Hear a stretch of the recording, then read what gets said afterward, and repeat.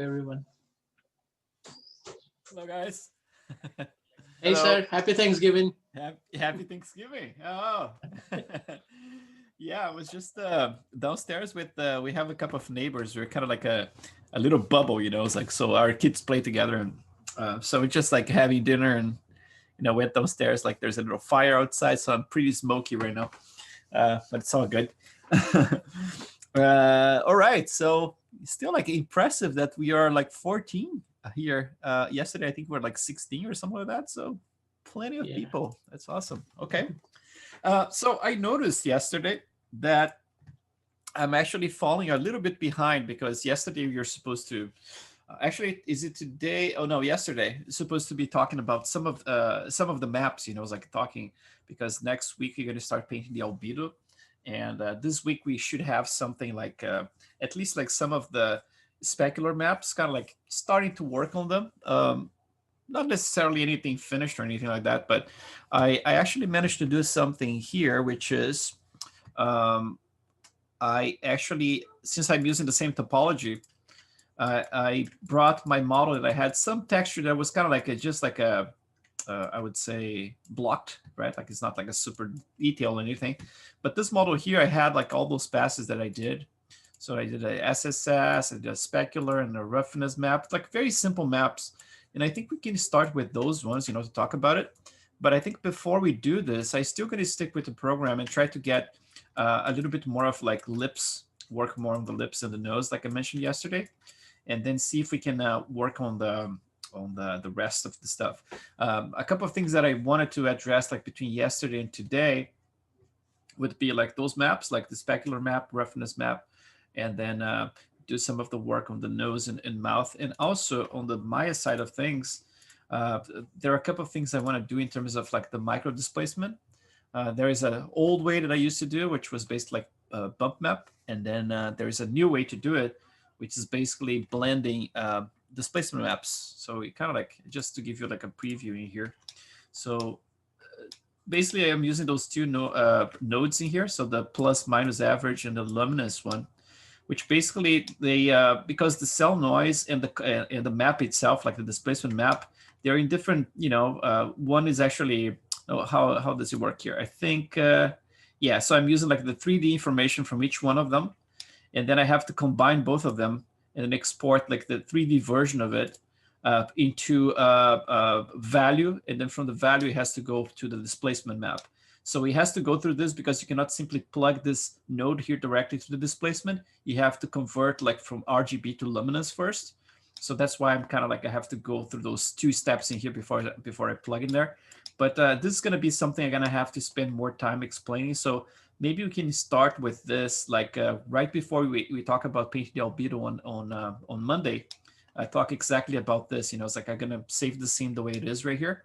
What I have at this point, I have a skin that I brought from some other character. We can take a look and study, but I still have the temporary skin that we have. So we're going to be just like transferring some of the values from this one to the other one, and then talking about each one of them.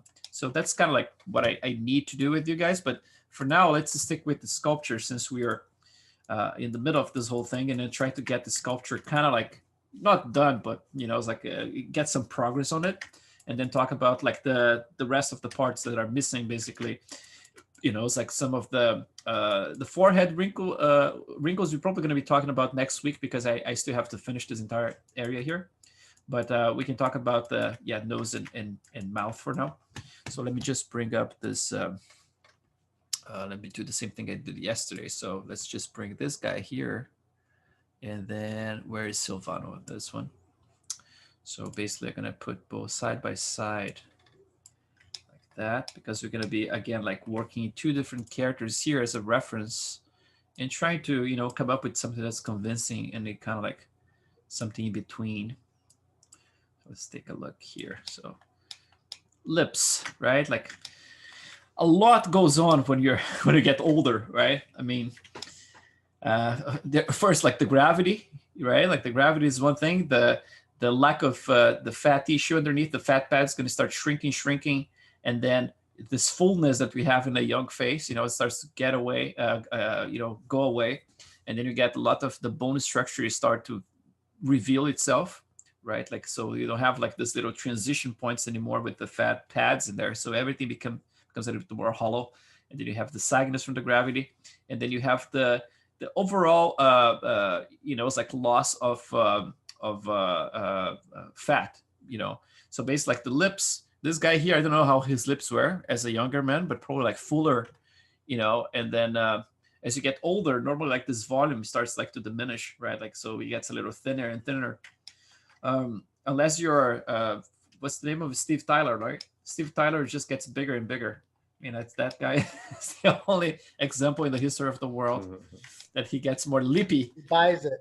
Yeah, same with Mick Jagger, right? Mick Jagger. They're going against the grain here. These are some happy models, huh? These guys.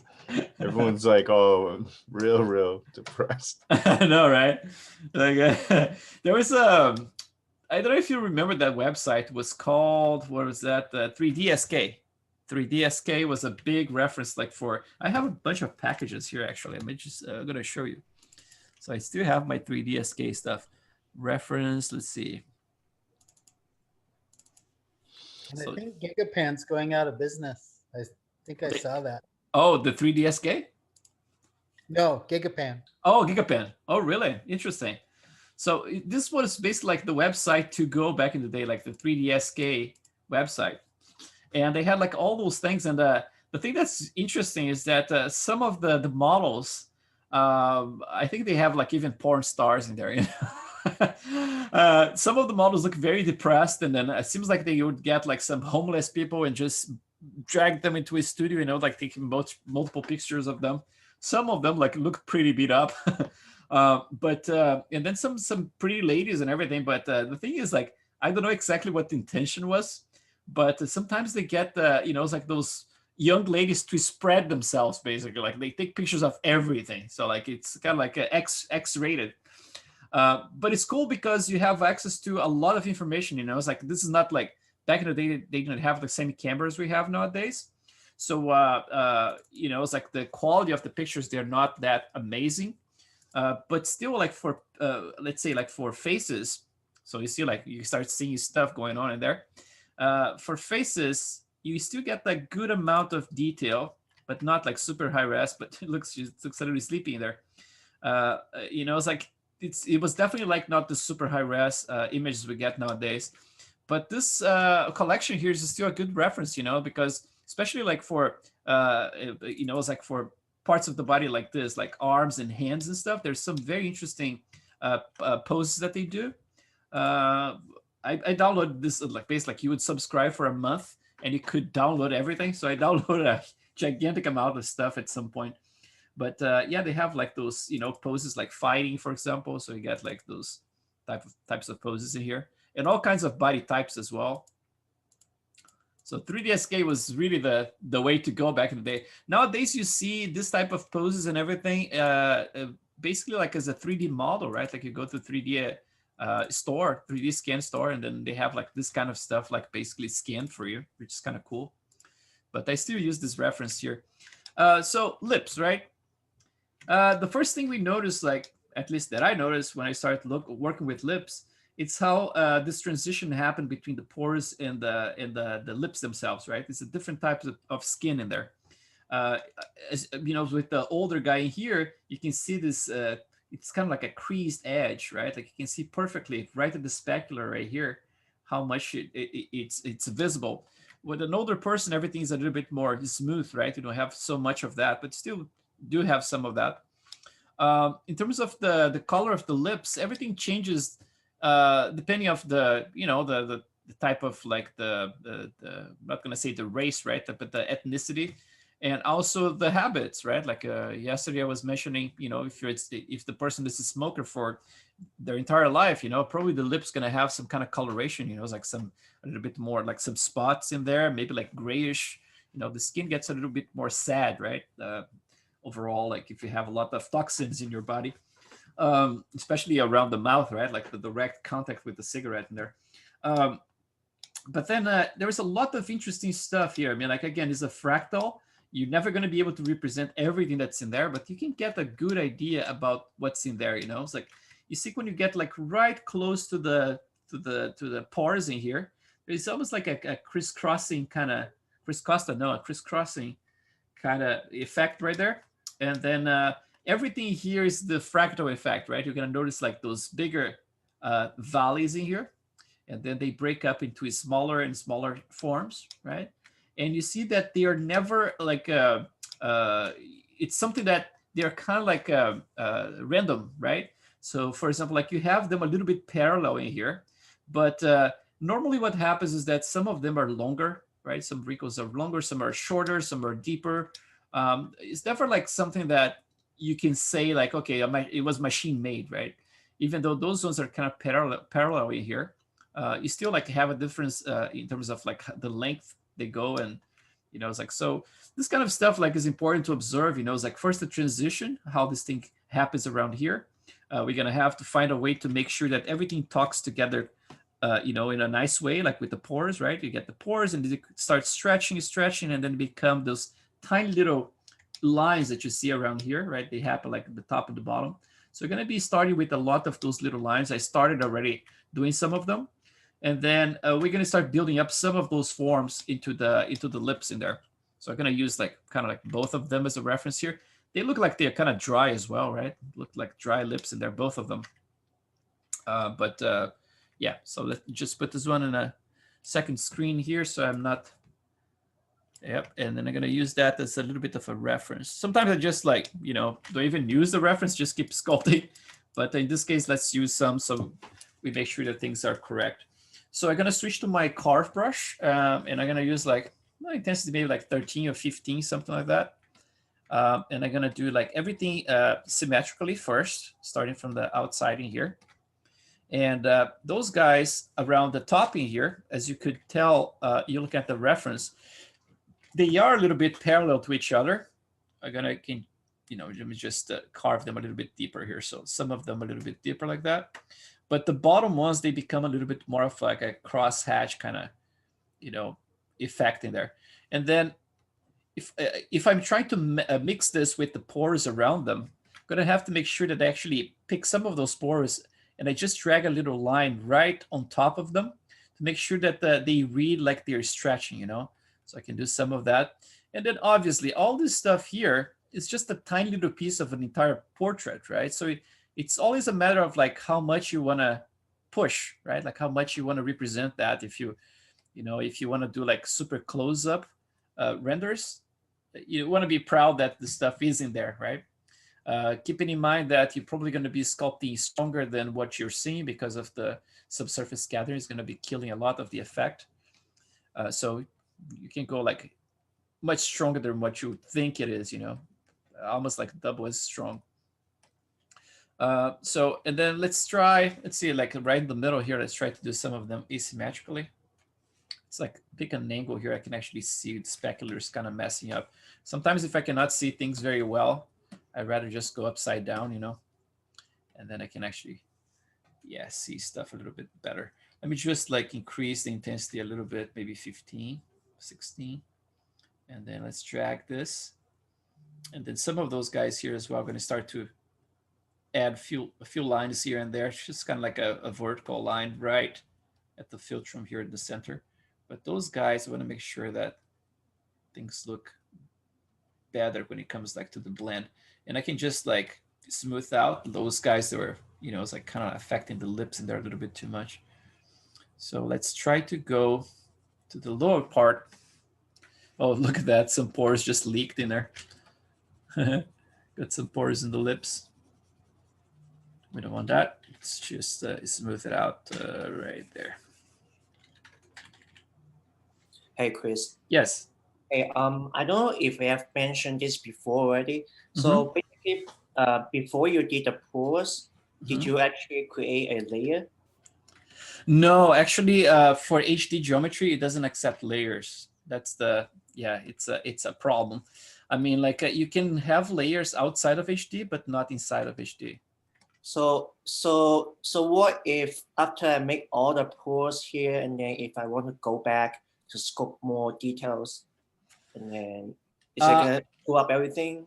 Yeah, I think like the only way to do that, like with the HD, is trying to use like that morph based, like saving a morph target before you start the sculpting, and then playing with that. You know, it's like if you have to smooth a whole area and then just like just bring it back very slowly with the morph brush later on, and then mix something else with it. But the control is gonna be, that's the only, like the best thing you can think of like for inside of HD would be the morph target. You know, combined with the morph brush. Okay, so I mean, before the review session, do you recommend us to actually finish all the pores? Not really. I mean, like you guys do whatever you can. You know, it's like go as far as you can with your models. I mean, like if someone shows up, for example, just with the sketch, that's basically the thing with it last week, right? I'm not gonna be mad at all. I'm gonna basically like review the current state that you guys are. Basically, like if you still are in trouble with your sketch, I'm gonna help with that. If you're already in this same process that as I am here, like doing pores at this point, I'm gonna help with like size and distance and all this stuff, you know. So anything you guys can do. I mean, like it's really it's hard for me to ask you guys to follow together this stuff, because if you've never seen stuff done this way, I understand that's like it's not too easy, you know. But I'm gonna be, you know, it's like anything you guys have, even if it's a piece that you started before the class, you know, and now you're just incorporating some of the those techniques, you know, I don't mind like reviewing that as well. So, but like no pressure. So I'm gonna do some of those guys here. I'm gonna try to cross over, and then the email for the whole thing should go out tonight. So like right after I set up like this to record, I can just like write the emails and send to you guys, so you have all the information. It should be just like a Zoom meeting invite, and then yeah, just gonna be the same deal.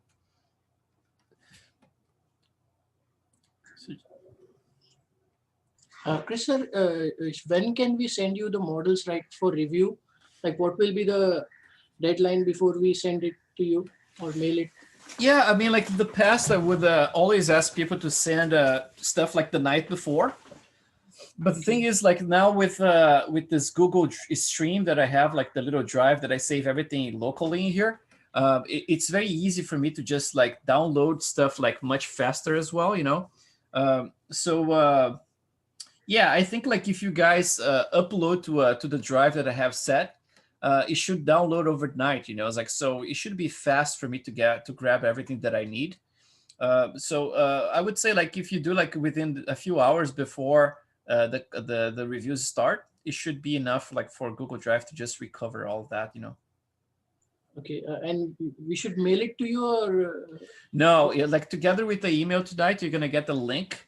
And this link is going to be to the Google Drive. You know, you're going to have access to it. You just like drag and drop in there, and you should be good.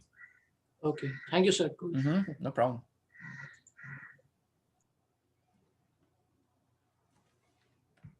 I'm feeling that I have to do a little bit stronger here. Things are not translating. Okay, oh, look at the line in there, just shooting across the whole model. I'm going to start actually blocking some of the major wrinkles in there as well, because right now I'm just like adding some fillers in here and just trying to actually combine with the pores down there, but it's not doing much at this point. So I'm just going to start actually blocking some of the forms so I can actually blend them. I still have like some pores a little bit visible in there. I don't want that. So let me just do this. Let's try to block some of those lines in here. I should do some crossing here.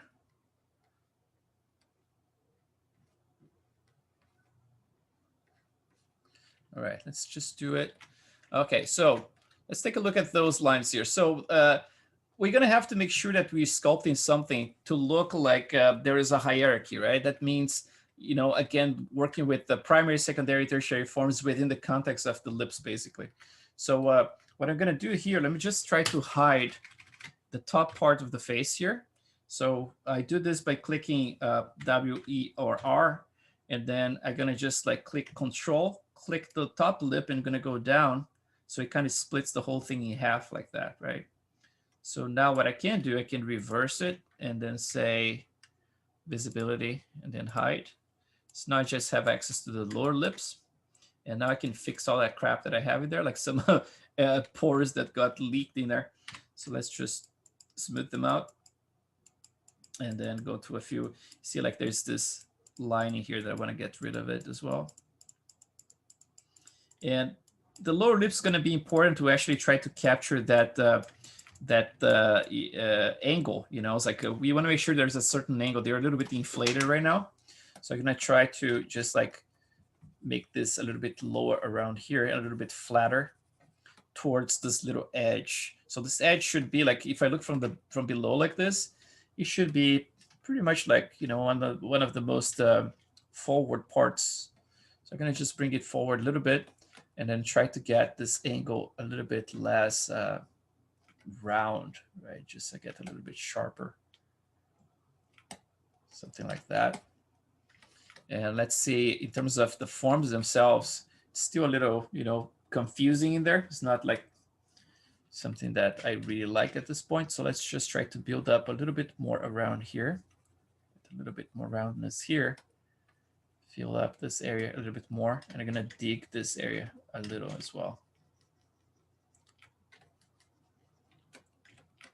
Let's try to do this.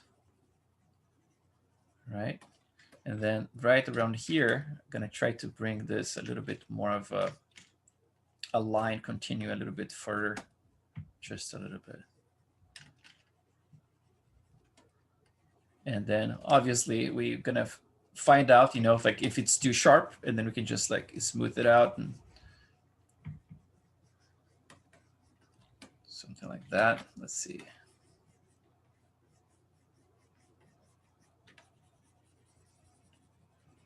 It's a little bit better. Yeah. So now let's take a look at those lines here. So first thing you're gonna do, you're gonna start with the center one.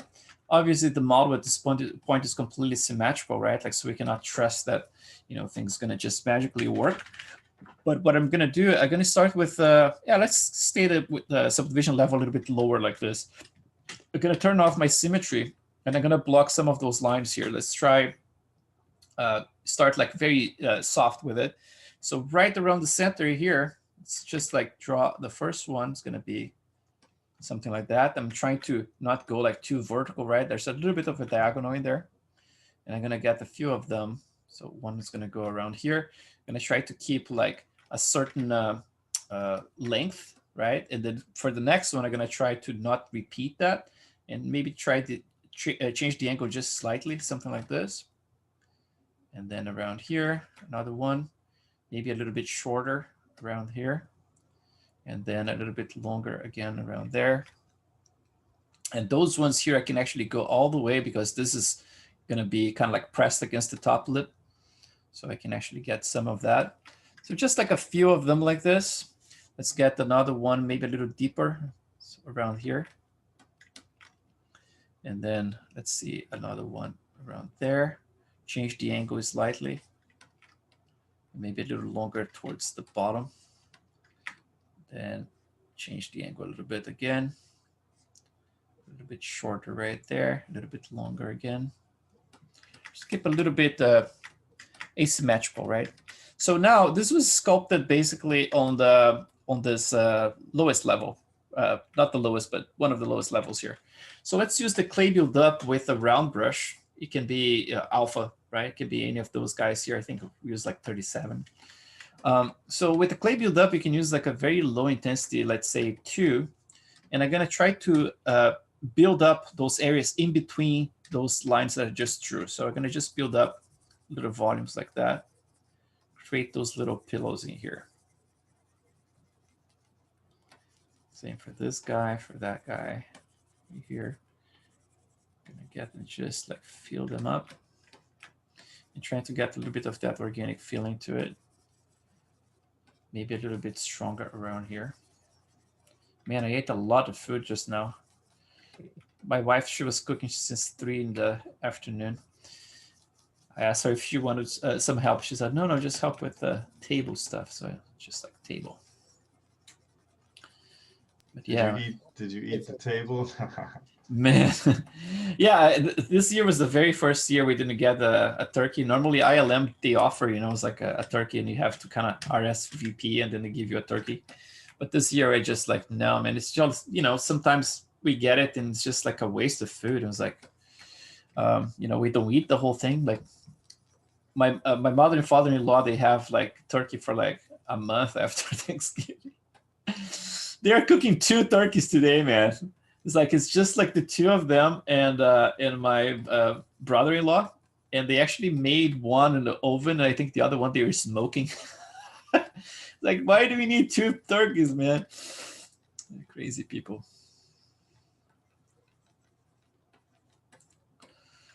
Yeah. All right. So it got a little bit more organic now, but as you can tell, I mean, like it's just a little sketch of it, right? So I'm gonna go to a couple of subdivision levels higher now. And now we're going to be able to crease those little guys pretty good. So if you have a volume that was built like that, right? Like you start with a lower resolution and you just do some clay build-up like this, you get this puffiness that looks pretty nice. But this type of detail doesn't quite work unless you sharpen things a little bit. It's like getting to those creases in there and actually add a little bit more detail to it. So I'm just going to do like maybe 12 or 13 here for the intensity, and I'm gonna drag and just like do a little sharper line right in the middle right there. And then as I get further down, actually I wasn't at the highest resolution, now I am. You kind of press use the pressure if you're using tablet. Oh, the detail is back in there. I'm gonna have to smooth it out again. I'm gonna do this later. So basically, like you start with a very low pressure at the top, get a little bit stronger at the middle, and then a little bit softer again. And then you can smooth very slightly, it's like use this smooth brush just a little bit on top. Same around here. I can end this one a little bit shorter to keep the idea of more randomness in there. So for this guy here, I don't even need to go too deep. So I'm just going to do a little bit of this line. This one here, I'm going to go deeper, something like that, and then fade out. So maybe I can add a little bit of an angle and shorter. This one I can go long in another direction. Try to, keep a little bit more of a randomness in there. So I'm gonna fade them out like closer to the edging here. And then this middle one, I'm gonna try to really dig it a little bit deeper. So let's try that. I'm gonna go over again with a larger brush and then smooth out just a little bit. You don't need to do like perfect lines. You can actually do a little zigzagging.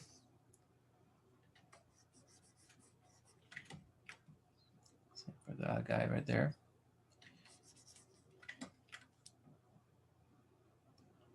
I'm gonna do a little faster now since I already kind of explained.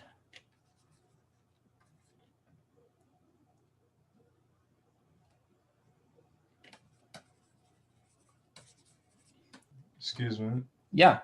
Do you ever use the pinch brush at the tips of those lines, or is that not needed?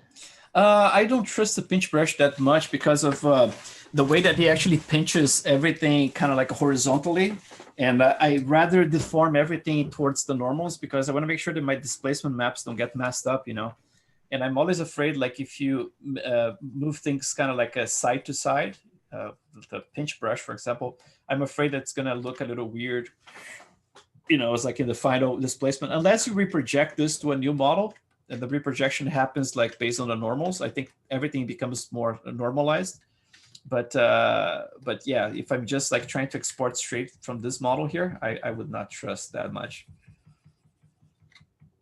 It's one of the reasons I don't use the damn standard, It's like I just use this simple brush that actually just deforms things based on the normals. Just because of the pinch, I don't quite trust it.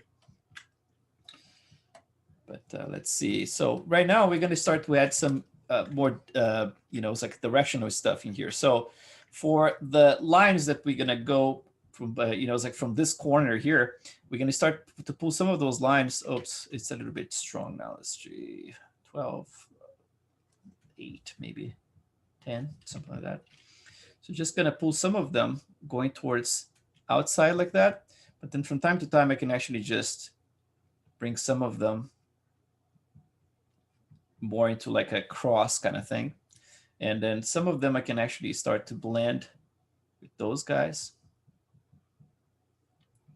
And then around here, let's see if we can start bringing some of them towards the center.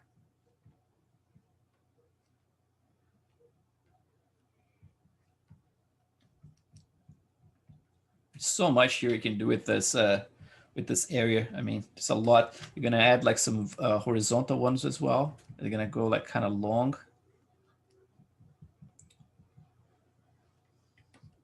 And you know, it's like all this stuff here, obviously, you can just like get a map like from Texture XYZ and get it done like in a few minutes, you know. But then it's kind of like, you know, missing opportunity to actually exercise some observation and creativity in there. So that's the only reason I do, actually. It's kind of like a little bit of a freedom, you know. It's like otherwise portraits become a little bit too boring if you're just copying something, and then you get like so freaked out about like, oh man, I'm just like likeness, you know, and then all the fun that's behind it, you kind of like miss it. Sometimes you have to do it the hard way to appreciate the easy way. Exactly, yeah, and actually, yeah, I think you're completely right. There is but there's something about like I said yesterday, you know, it's like with the woodworking and all that stuff, this part of the pride, you know, it's like of you building something with your hands and just like showing people, and then people actually being deceived by it. But let me see if I can find it here. Let's see.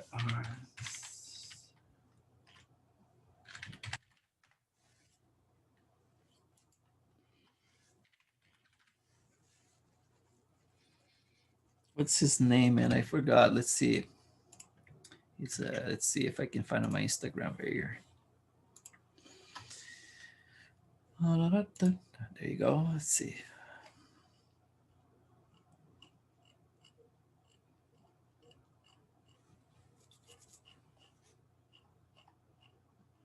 Where is it? He posted a long time ago. Oh yeah, there you go. So let's see. His name is Bogomolov. Okay, Andrei Bogomolov. Okay, let's see if I copy that. It's like Russians, man. Russians are so good.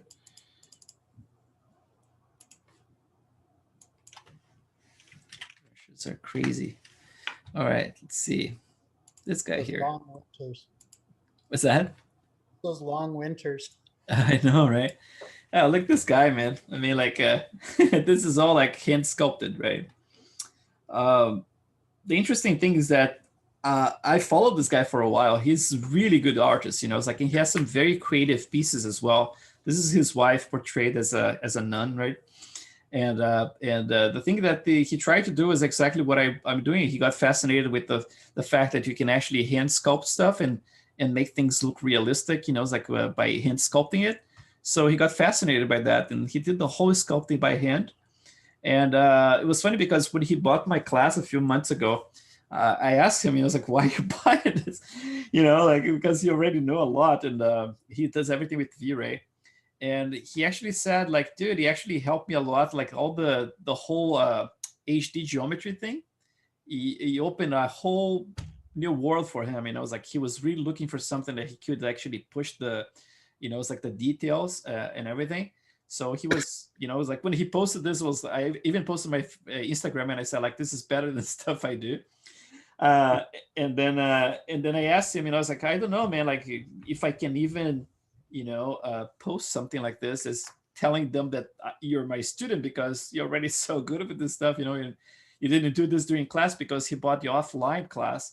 And he said, like, man, it's like, feel free to post it. And, you know, your classes really helped me with all the entire part of the HD geometry.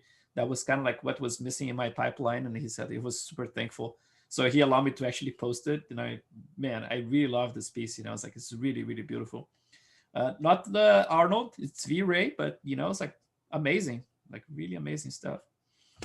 But it's funny because I thought it was there's a movie that has this same Concept. look like nun and the Uh, lipstick and all that. uh-huh.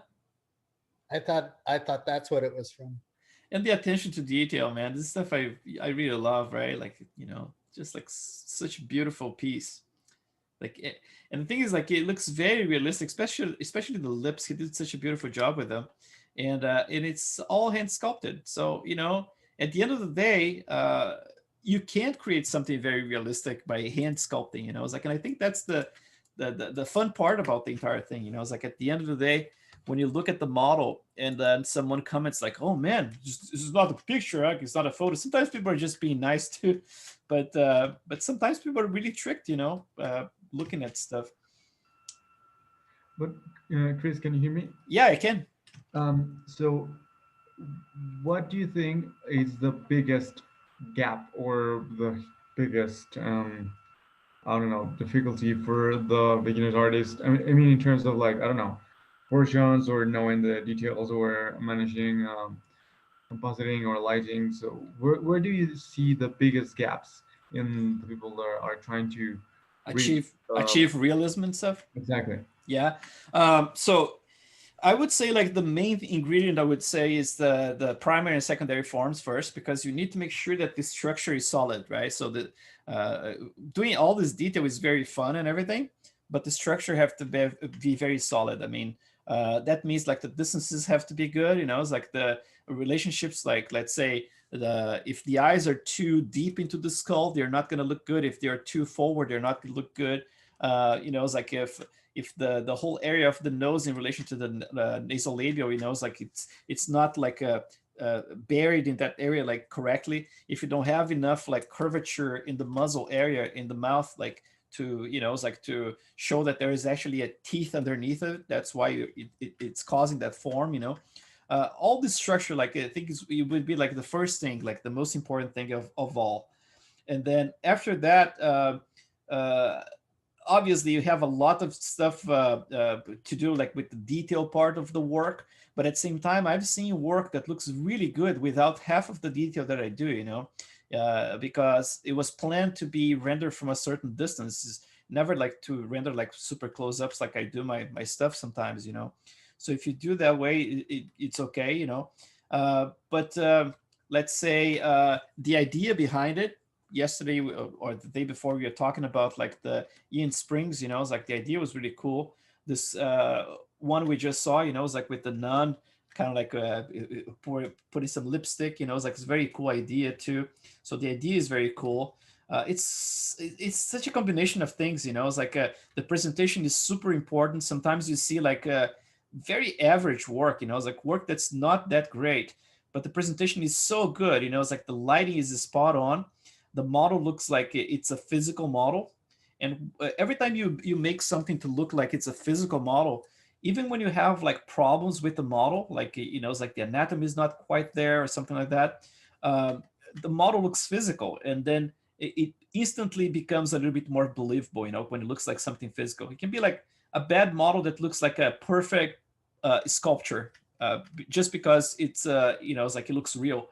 So, it's a combination of things. It's hard to pinpoint what would be like the priority of everything, but, like, having solid forms from the it's like, as the structure of the whole work, I think, is the most important part, followed by maybe lighting and shader. I think those three elements really sell the work as a believable piece. But yeah. And what would it be the criteria if you're, I don't know, hiring a character artist or a planescape artist or a creature artist? That's an interesting question. I mean, like, I don't think I was ever put in a position of hiring, but if I was hiring, I would try to pay attention, like, to, let's see. There was a phase, it's like I was not even paying attention if the model was, like, technically solid, but as long as it had soul, it's like, so I would pay attention to whatever the model was telling me. So, for example, it could be a cartoon, but the cartoon looked very much alive, and then there was a cool kind of story behind it. It's like that would be kind of like one of the things that I would look for. But then, obviously, if you are hiring for a production, you cannot be naive and think like, okay, just the story is going to do the work and all this stuff. But then, it's like when the person gets into production, you're going to have to deliver the goods, right? So the technical aspects like end up like being really, really strong. It's I don't even know, like, because if I'm hiring someone to just like to for a position which is basically like a very technical position, let's say like I need a guy who's just gonna model like the bodies for digital doubles, right? So it's gonna be kind of like it's like that's the only thing you're gonna be start to look at. It's like if the person shows me some portfolio, I'm gonna try to make sure that the guy is delivering a lot of very cool, super realistic digital doubles like bodies and stuff. I'm not gonna be paying too much attention to like facial expressions, for example, or something like that. If I'm hiring like someone for it's like for a position of like a facial artist, right? Someone who's just gonna model like hero assets to it's like going to create blend shapes, things to look like very realistic and all. Then I'm going to be paying attention more to that part, right? So for example, like the body stuff is going to kind of fall down like in the priority list. So it always depends, it's like what's the intention, what the studio wants from the artist. But yeah, like in our case, we have like a department that's mostly like organic modeling. I do some hard surface from time to time, and I would see, for example, like the fundamentals, it's like if the anatomy is solid, it can be just like the facial anatomy or body anatomy. If that's solid, if the structure of the mesh, for example, like definitely we want to see like some turntables with topology, to make sure that the person understands what the topology for good deformation is. So things like that, it's like it really depends of what type of production you're going to get into. It becomes a little bit of kind of like a broad kind of thing.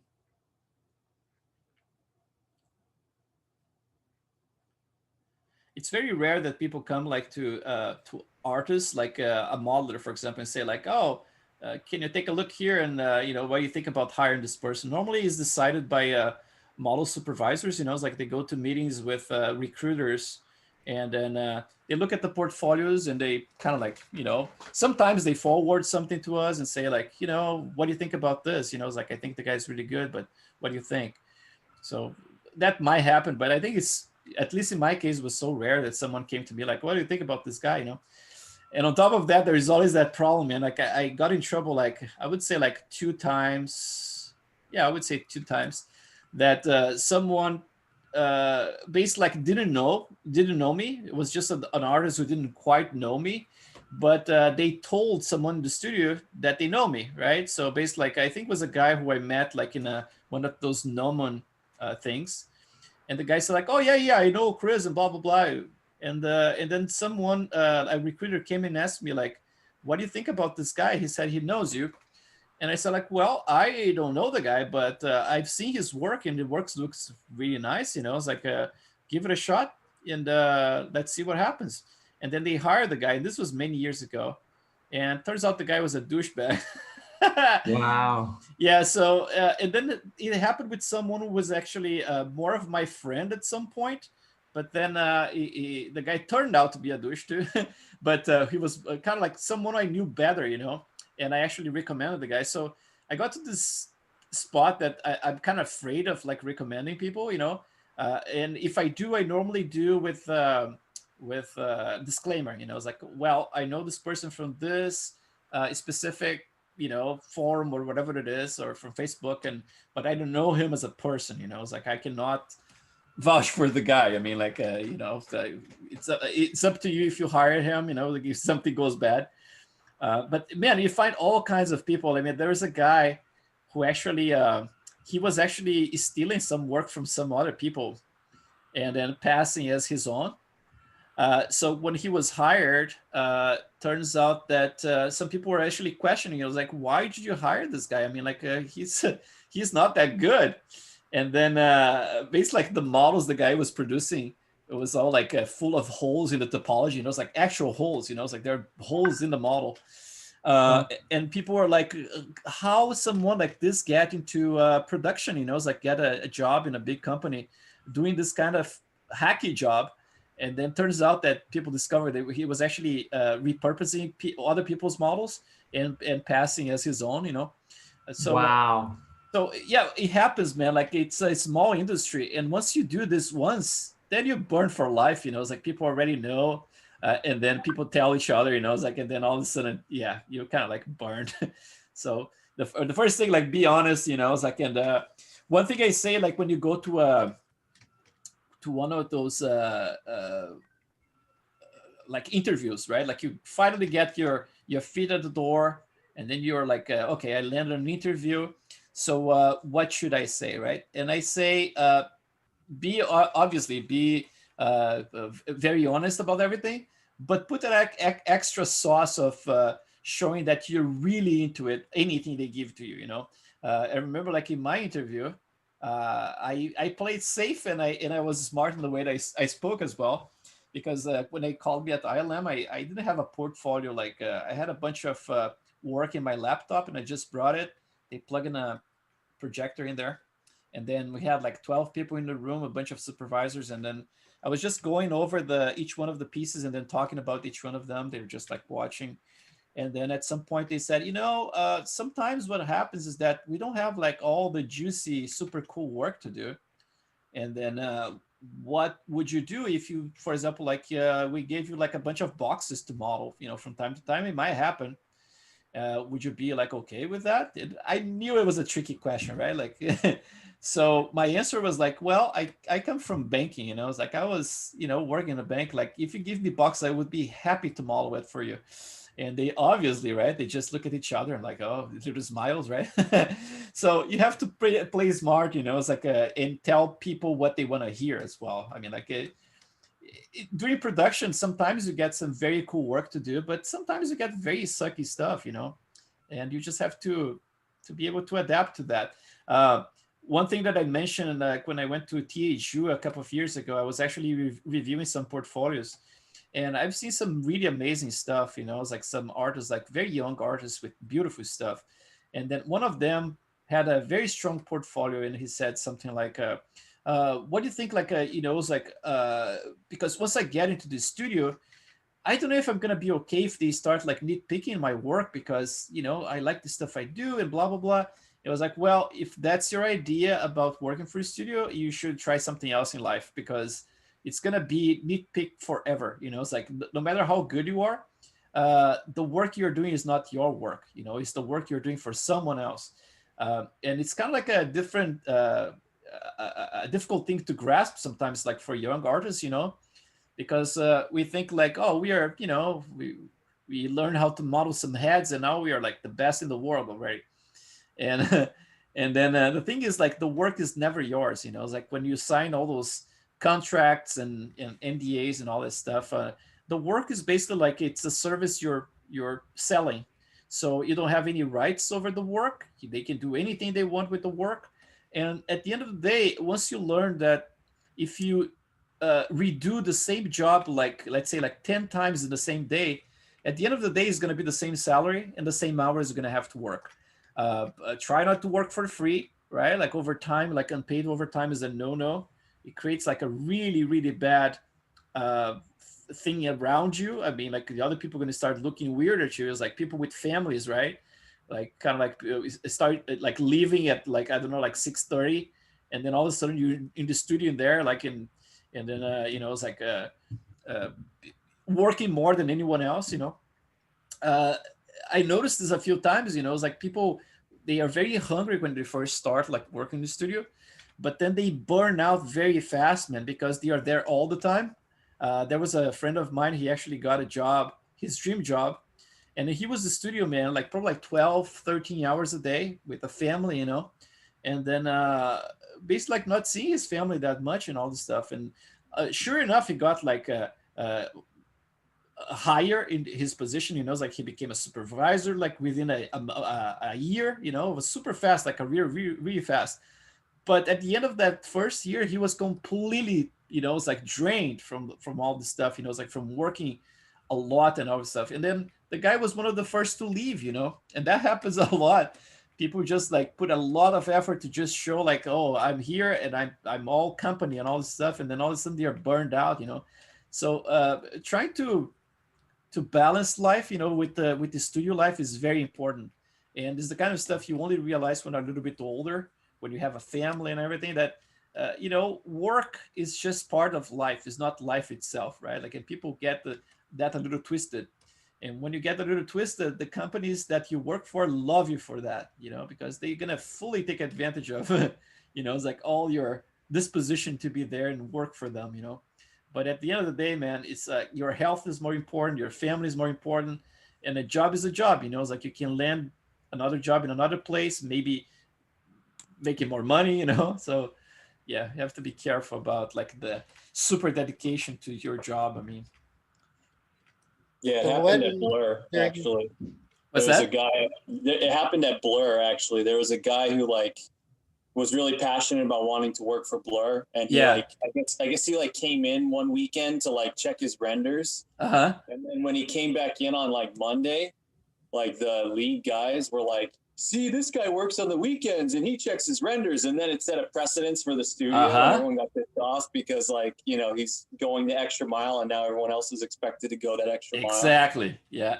So, Yeah. And then normally those are the guys like, it's like, obviously my friend, he had a family already, but a lot of those guys are actually single guys, have no family, right? Like, they have no, concern about like being there all the freaking time. So yeah, it sets a terrible precedent, man. And then studios really start to expect that, from everybody else. And then all of a sudden you see the sucky situations created in the industry, especially nowadays that all those, it's like we don't have like how you say, like, I forgot. union. A union. There you go. Yeah, you don't have VFX in particular needs a union. Games pay a little bit better, and they treat their employees a little bit better than VFX. But unions, man. The VFX industry needs a union like desperately, especially after that Rhythm and Hues situation. Yeah, but you see, like those big companies, the first thing they did, like right after the stuff, was to actually cut off all the unions, right? Like, and come up with their own packages and benefits and stuff. It's like, you see, you don't need a union because here I'm going to give you this and that, and they got away with that. And then all of a sudden, like, people, when they actually need some help, they don't have. And unions can be a pain too, right? Like, if you get a good one with people, good intention and everything, it's fine. But then sometimes you get some of them that just like they don't do a crap, it's like they just collect the money and that's it. Well, they have to cause trouble to justify their existence. That's true. Yeah, that's true. So when you do an interview and you're talking about your models, what do you go over? What I go over? Yeah. Yeah, I think like when I was showing you my work was back in the day, it's like I was doing more like story related stuff. And then I think I started to talk about the stories behind my work, it's like what each one of them meant. And I think that actually caught their attention, it's like it's something a little bit different, because normally what people expect to see is a bunch of models like in T-pose or some turntables or whatever, But then if you're talking a little bit more about like the story behind your pieces, I think that catches people's attention, I think that's basically what I kind of focus. I think there's a piece here I can show you. This is the one that I show them back in the day. Let's see, personal projects. Let's see, maybe, let's see if I can find one here. Let's see, mirror backup. Okay, let's try that. And then the old stuff like workshops. It's a bunch of, let's see, the old stuff like portfolio. So like some of this work here, it's a little bit newer. Let's see, I think I have some older ones. No, not this workshop. Let's try this other one here. Let's get something old. Let's try WonderCon, GregCon, workshop, CG Futures maybe. Portfolio, personal work. Huh. It's a shame I don't have it here. Actually,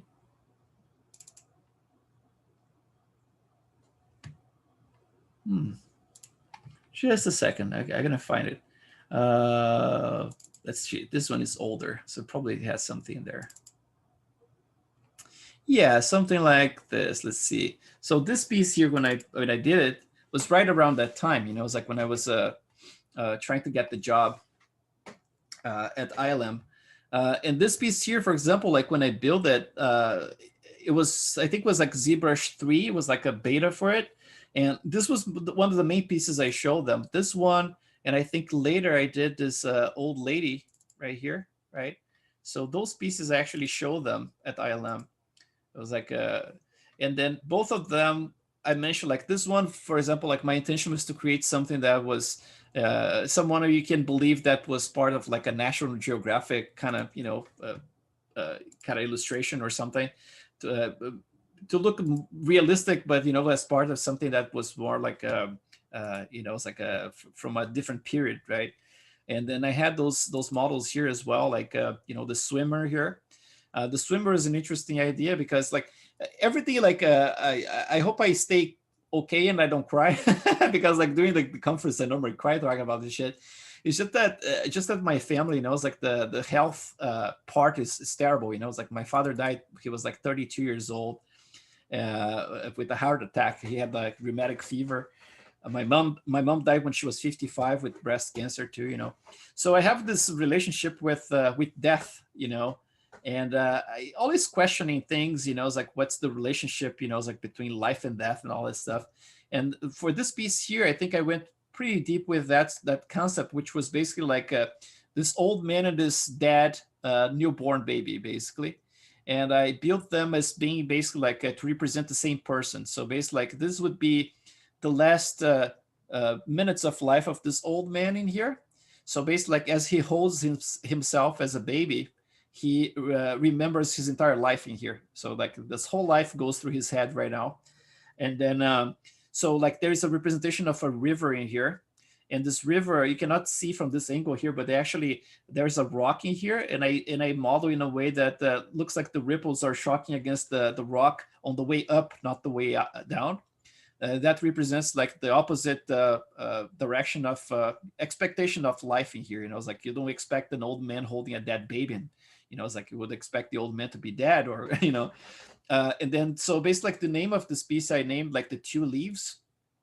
And it's like there's one leaf right here in the river that's floating. And then there's a last leaf right there that's about to fall. And that would be like his last breath, And then basically like once both leaves meet in the river, this river of life, right? They become a single thing. So representing the experience of birth and death being very similar in essence, it's like it's a transition. It's something, you come from something to something else and you go from something to something else, this has a lot of even the tree here, it's like it was represented like as a very dry tree, which is basically like the last, it's like little piece of life in this tree.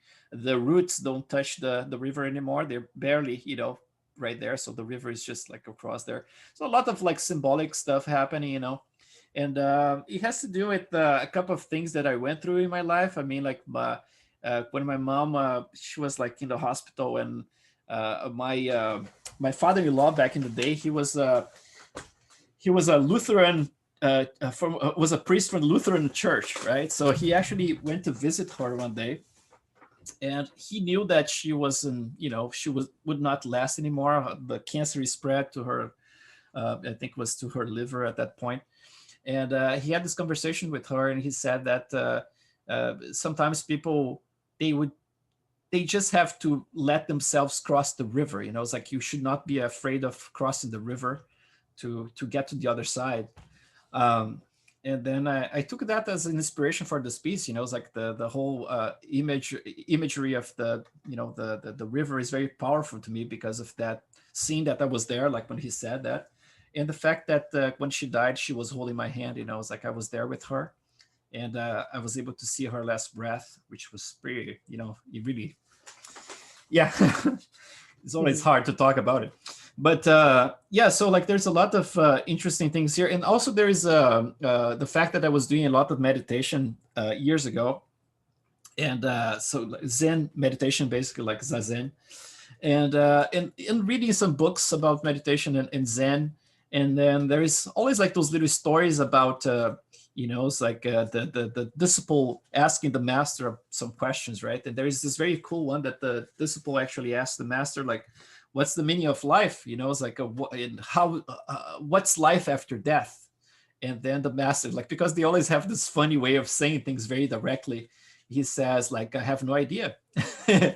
And the disciple says, like, well, are you not like a master, a Zen master? It's like, how can you not? I was like, well, but I'm still alive. It's like, I'm not dead. How can I know what's in the other side?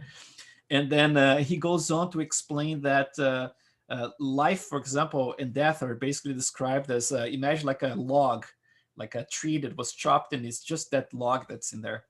And then all of a sudden you set it on fire, right? And then that log becomes ashes. And then he says, like, ashes never gonna know what the log was, and the log never gonna, foresee what the ashes are. When one becomes the other, it's a transition. So I kind of brought that idea to here. It's like to show this transition between, it's like the before and then after, or the birth and death becoming basically the same thing. So yeah. So I when I explained those things to them, I think they really got the idea. It's like yeah, it's one of the most personal things I have. This one was like a mint. This is 2004, right? This is like from Master and Servant Challenge that was on CG Talk. I got the first prize for it. It was amazing. It looks like shit nowadays when I look at it, but conceptually it was pretty cool. It's like, and because the concept, I had to explain the whole idea of the whole thing. This is kind of like, it's this symbiosis, kind of like it's a completely interdependent character, right? Like, so basically, like it's this mother, so it's kind of like a robot. She's pregnant in there, and it's represented as a mother. He has an umbilical cord connected to his brain in here, and basically, like, he's being used as a means of transportation for her. Basically, she's attached to his body, right? So he needs her because of the whole situation of the connection in here. Basically, like, he's dependent on her for information and whatever it is, and she's dependent on him to be able to go anywhere. But she has this whip in here, and she treats him as basically like an animal right there, right? And this piece here would be the representation would be like again, like the last breath of this creature who is about to get her out of his back, it's like in smash her and be free in a way, but at the same time they would eventually die, both of them. So it's like, it's a kind of like yeah, bringing this type of stuff, it's like to a meeting when people are interviewing you. It can be a little weird, but you would be surprised because some people really connect. It's like sometimes they can actually see what the intention is. And I think like me being so personal and honest about the stuff I was showing them, I think they totally got that. But obviously, if your work sucks, they're not gonna hire you anyway. And it's not because of your pretty eyes, right? Like they're gonna just like, oh, here's a salary for you because I like you. But yeah, it's like, You mean I'm weight training for nothing? right? But yeah, if you can show yourself as someone who can make a difference in terms of having your own ideas, I think it's a very good thing to have, like, for an interview. It's like show some cool stuff, man. Something we can use anything in life as a reference or as inspiration, right? You can have your kids use this as an inspiration. You can have like it's like a pet, a situation in your life, a trauma, something that happened, a breakup, relationship, whatever it is. It's such a rich environment. It's like it's a never-ending source of like ideas, like a human life. It's like if you just pay attention, but if you can actually channel some of that stuff to your work, it's like you can get a lot of interesting stuff. So let's see. Let me just get some more of this random skin here. I'm gonna just add some of those micro ones around here. I'm gonna try to do with just to get some more directionality and save me some time too. I'm doing a lot of, just gonna get some of those guys around here. If they're too thin, I can actually just like smooth out a little bit. I don't want them to be too visible. And then the thing is, like, all those little lines that I sculpted in here, but I was yapping in there, I should be paying more attention to the work. Right in between them, I can actually build up some of those little guys like that. And if you do this enough, you're gonna notice that things gonna start to get like very organic. Another thing you can do once you do some of this build up like this, you can do it come with a larger inflate brush. You have to be very careful with the inflate brush. If you do too much, everything becomes very intersected. You know, it's like in the middle of the whole thing. Like you get a lot of intersections. But I can show you a way that you can actually fix some of that stuff. So let's do like a little. You had a thing where if you use the magnify brush instead of the inflate, you don't get intersection. Oh, really? Yeah. I never used it. Let's try. So magnify. Let's see. Magnify. I never used it. Let's see, where is it? Magnify. This one. Let's try that. So like you're saying, like if I do it right here. Mm-hmm. Let's see if I can get to the other side. Oh, that's really cool. Yeah, that's yeah. Because before I would go like if I had an intersection, I would have to go from underneath, like from the other side like this, and then smooth it out from there. But yeah, that's really cool, man. Let's see with a very low intensity how it works. Because I normally like, with the inflate, I would use just you know, it's like 3 or something like that. So let's say if I do something like this.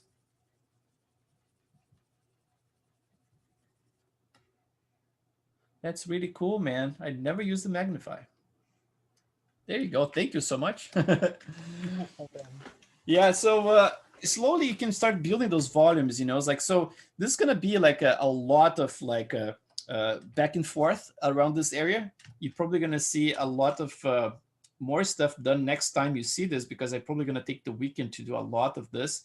But it's going to be kind of like the same, you know. It's like define some of those guys, add more blend, add more like crossing from side to side.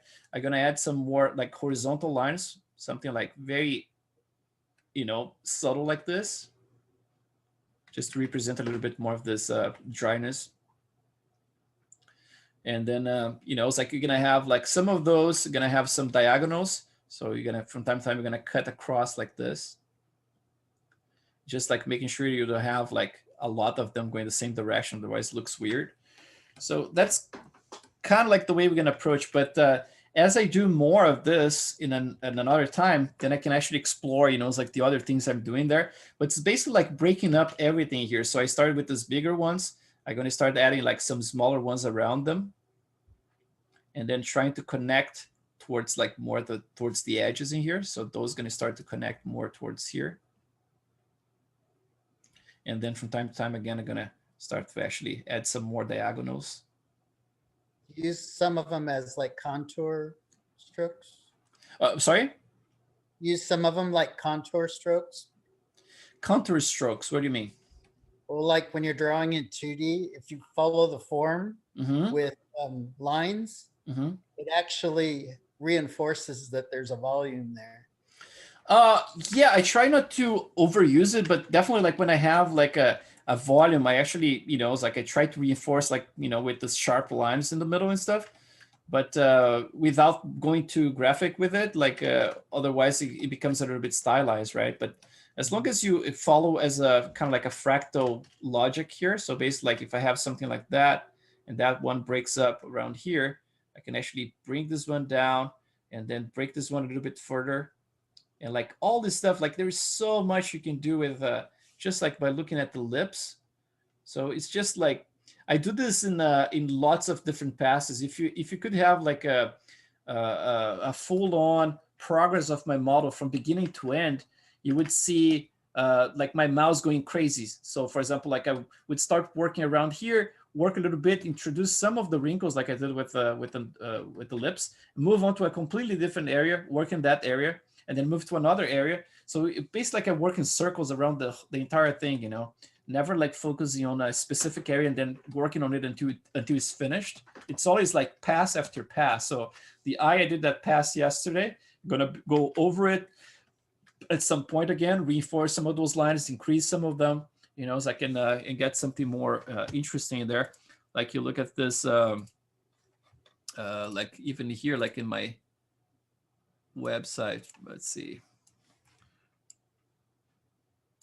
right? Like you look at something like this, I mean, like all those guys, like there is different types of skin and everything, but in the case of like an older person, there's so much stuff that's done in there. In his case as well, there's a ton of stuff that is done in there.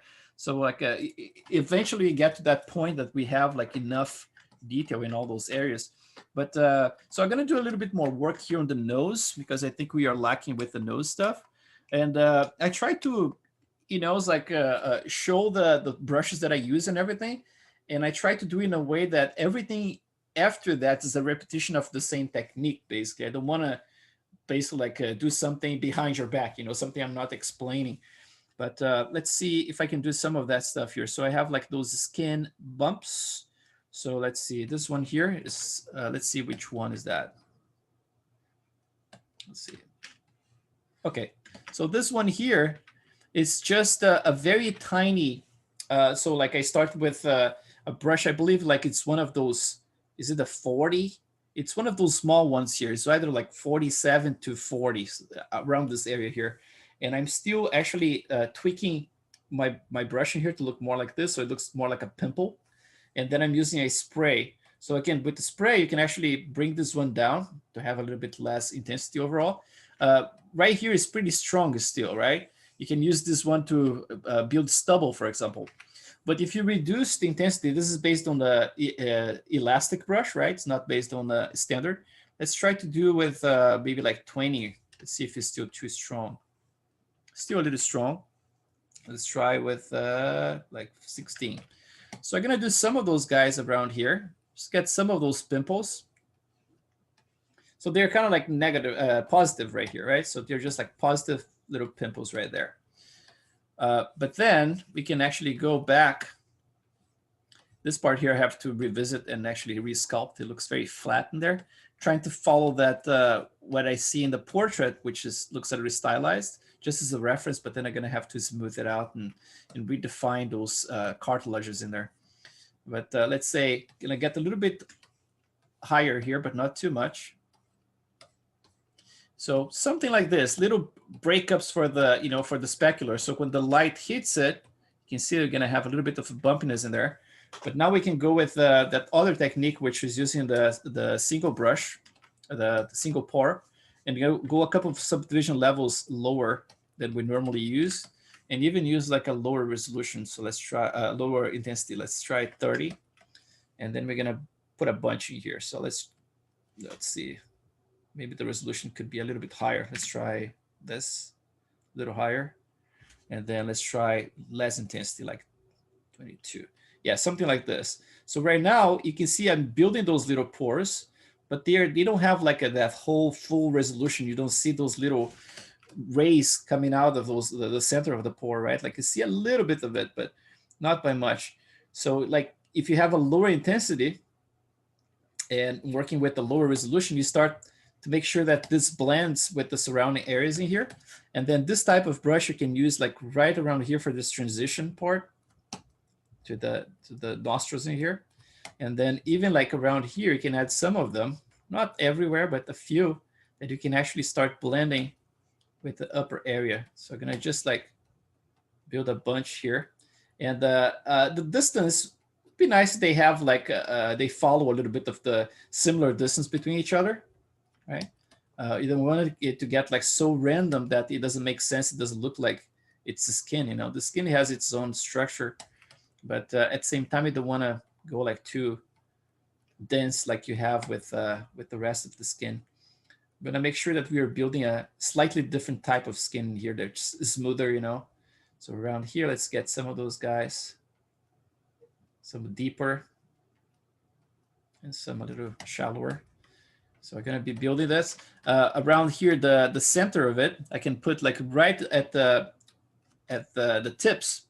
I can make some of them fairly visible, and then we're gonna combine those guys with our pimple brush, the one we showed the other day. So I'm gonna do this, some of them in here, and at the end you're gonna have like a bunch of them. It's gonna be like probably like 20 times what I have in here. So that's gonna take me a little while to just add all of them. And then from time to time, just add like some bigger pimples just to break up, but without going too crazy. We definitely want this area to look a little bit more shiny when you have the specular hitting it. So we don't want to go too crazy, like breaking up the surface too much, you know, but definitely has to have something there. So now we have a few things here and there. I'm going to repeat this many, many times until this looks more decent. But if you go to the pimple one, that brush we spoke about the other day, let's see the intensity if it's okay. Let's see, it's a little bit too intense, so let's try 11 maybe a little bit more than that, 15, 14. Let's try to go one subdivision level higher, so at the highest here. And I noticed that those little lines, they're a little bit too strong right now. You see, like the breakup is a little bit strong. We're just gonna smooth them out a little bit. Let's try maybe like here with a smooth that's not too strong. Let's try maybe. That's this smooth strong is pretty strong. Let's try 2 maybe. Yeah, something like that. Just gonna smooth it out just a little bit because it seems like they're a little bit aggressive in there. I want more, you know, a little bit smoother surface. And also I can actually do this a little bit more refined, right? Like they're kind of like it's a rough pass in there. They're gonna leave in there and just like go over again with a little thinner version of the same and just get this stuff more broken up. But let's go back in here and let's add some pimples in here. So do you come back and paint all these individually, or would you incorporate that into the brush? Paint individually, you mean like color-wise? Yeah. That's a good question. Yeah. Normally when I do those guys here, I put in a color as well. So what he's saying is this, I mean, like you can use a RGB at this point and just like add I never use like a black because black looks really black. But if you get like a dark brown, for example, like something desaturated kind of like this, it looks pretty nice. You know, don't need to go super, you know, it's like a black in there. So yeah, I would say like if you want to wait to do that, you can definitely do that. You know, it's like when you're painting the color and just like use RGB as well and just like paint together. So you sculpt and paint at the same time. But in my case here, since you know, I'm in the process of explaining to you guys, I don't mind just going back and just painting one by one. You know, it shouldn't take that long. I'm just gonna do this like some of them are gonna make a little bit bigger like that, some a little smaller. He adds this little, you know, it's like hole around it because the way it was built, like the curve, right? But it always looks nicer when you already have a little bit of you know, it's like a little hole in there, and then you put right in the middle. Same with the, you know, it's like if you have pores, for example, right? You have some of those pores that I just put in here. If you add one right in the middle, for example, it always look nicer, you know. It looks like it's part of that skin structure right there. So that's, you know, it's always cool to do that way. But I mean, like this area here would be a great candidate, right? You just get like some of those we sculpted without being at the highest resolution. So just like roughly, and then we can just go and fill them up. Not all of them, but we can pick plenty of them. I mean, like the older you're gonna get, more likely you're gonna get like some black heads in there. Some people have like, I don't know if it's some kind of like chronic kind of thing, but they have like this massive amount of black heads in the nose, like, and they're really black heads. There was a lady like in my kids' school. She's Japanese actually. And she had like her nose always impressed me, man. It was like you know, a lot of like side by side, like black heads, like a ton of them. So some people have that. I don't know if you ever watched like that, the Dr. Pimple Popper or something like that. She has a YouTube channel, and it's so fascinating, man. I knew you were gonna bring her up. It's so gross too, dude. It's really disgusting. Oh yeah, and But I remember you were talking about it. You're like, I'm so obsessed with watching them.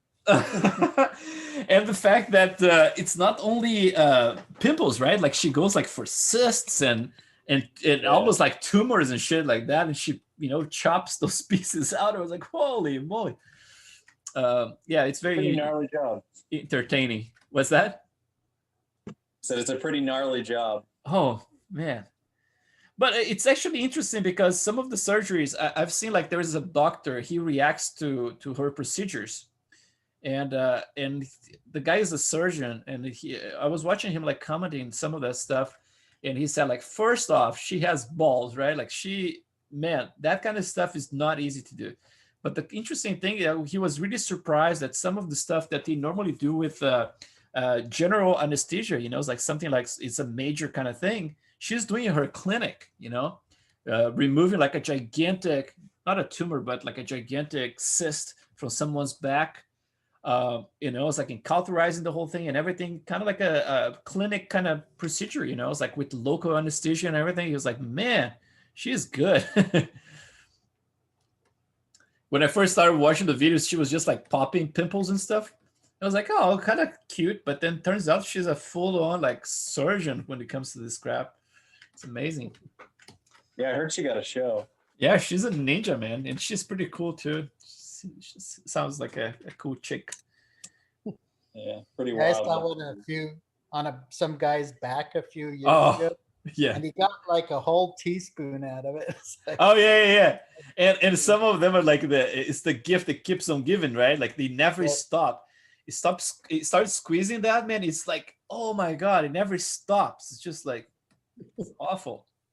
And I just think like, how can someone let it go to that point where it's like it's kind of like, you know, it's like it's rotten. And the way that some people react around her, right? Like, oh man, this stinks. It's literally rotten in there, man. It's like, holy moly. But yeah, humans are weird, man. It's like all kinds of stuff, right? Like sometimes like you're just like in your yard doing something, and then all of a sudden you get a little cut, right? And I was like, okay, it's a little cut. And then turns out you got some kind of like flesh-eating bacteria. And then all of a sudden, like part of your leg is gone. It's like, what the fuck?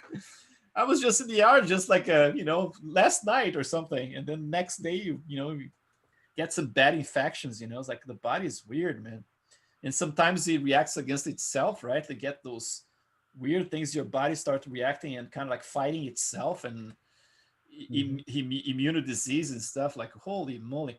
That's one thing I'm scared about, like vaccinations, like this new vaccine. It's because of it's people are treating it as if it was like the same type of vaccine as all the other vaccines that cured all the disease and all this stuff. It's a totally different beast, man.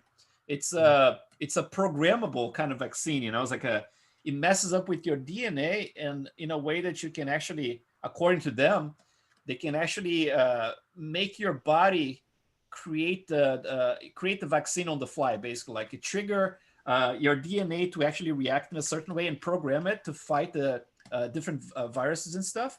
But it was something that was never done before, dude, and something that they skipped like a lot of the trials with animals and stuff. The animal trials completely bypassed, and all of a sudden they're trying, like their countries now trying to enforce it, basically like making mandatory. And I was like, what the fuck is that, dude? Big Pharma, you know, it's like it's really moving their big bodies around and bullying people to do that, you know. It's like with the excuse of the pandemic. But I'm really, really not, you know, it's like up for this vaccine, man. Unless like it's really, you know, some people go and really test it. You know, it's like even the tests that they did, they are kind of shady, you know. It's like it's not something, if you start looking at what they did for the test, you know, it's like it's not even something completely solid, man. Just a few months ago, Moderna got like slammed because a lot of the people tested, a bunch of them, like I think the majority, got some very, very bad reactions, including some stuff that's like neural neural damage and stuff. And then all of a sudden now they're claiming that they have like 90 something percent, 95% of success. It's like, fuck you, I'm not taking this shit. Go test it, you know. It's like if after a couple of years, like people are like, oh yeah, it's really good. I didn't die. I was like, okay, so I might do it. But at this point, I'm not a guinea pig, man. I'm not taking it. Not at all. Don't blame you, dude. Yeah, it's like, fuck it, man. I don't know. From my perspective, it's impressive because this vaccine has been the most founded ever because of the rush. Yeah.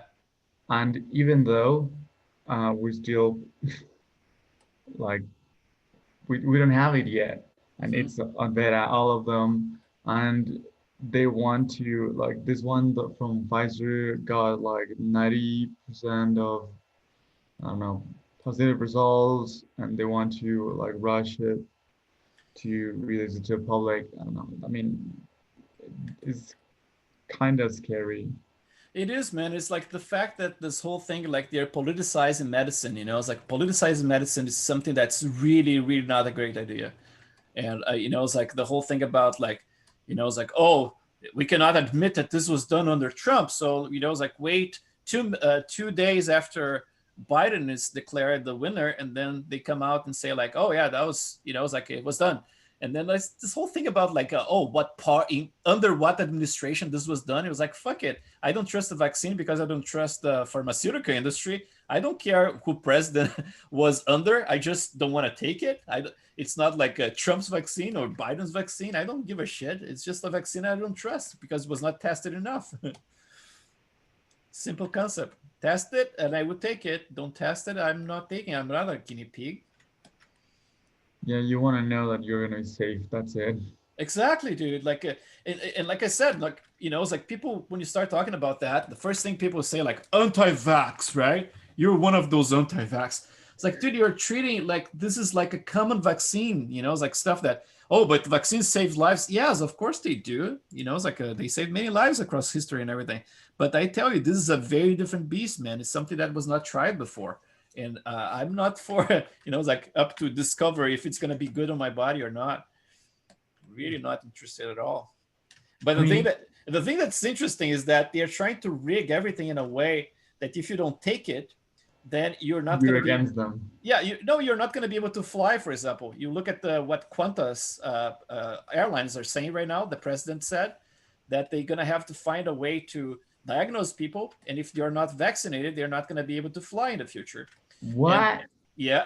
And then, so that's going to be escalated, man. You can mark my words. You know, it's like it's going to be across the board. Like kids in school, vaccinated with this new vaccine. Otherwise, they're not going to be able to go to school. It's going to be across the board to the point that if people don't fight this shit, they're going to be basically like prisoners in their houses. And unless they take the vaccine, they're not going to be allowed to go out, you know.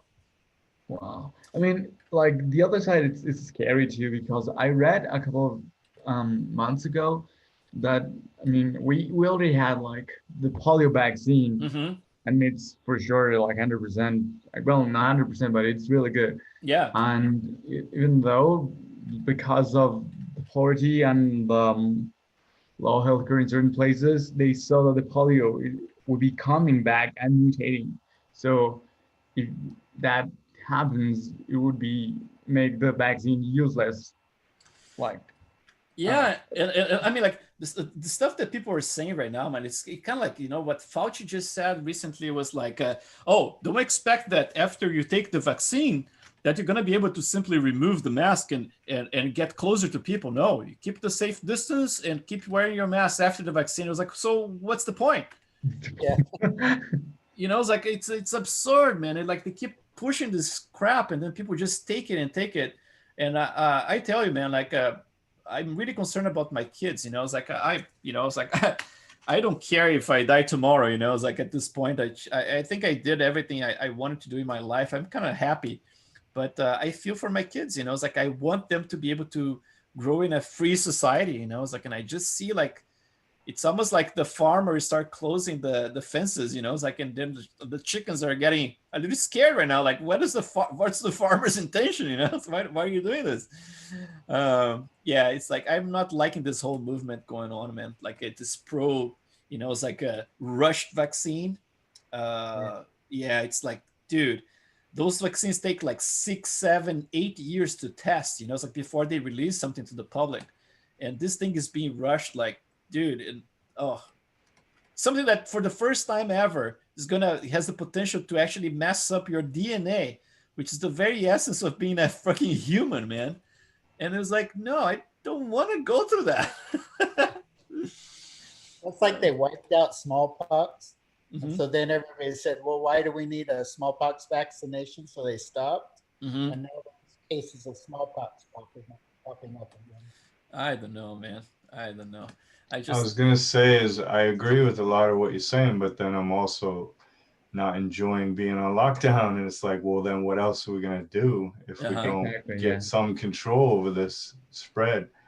So it's kind of like, well, what else do we do? Just all die off, you know? At this point, I think like it should be optional. You know, it's like I should be as a free man, I should be allowed to actually put my life at risk out there. You know, I'm saying like if it works, great. I mean, like if the vaccine works, if the mask works, if the social distance works, by all means, like everybody is, you know, is like entitled to do all those things. Take the vaccine, maintain social distance, and everything, and then if you do all those things, apparently you're gonna be safe, right?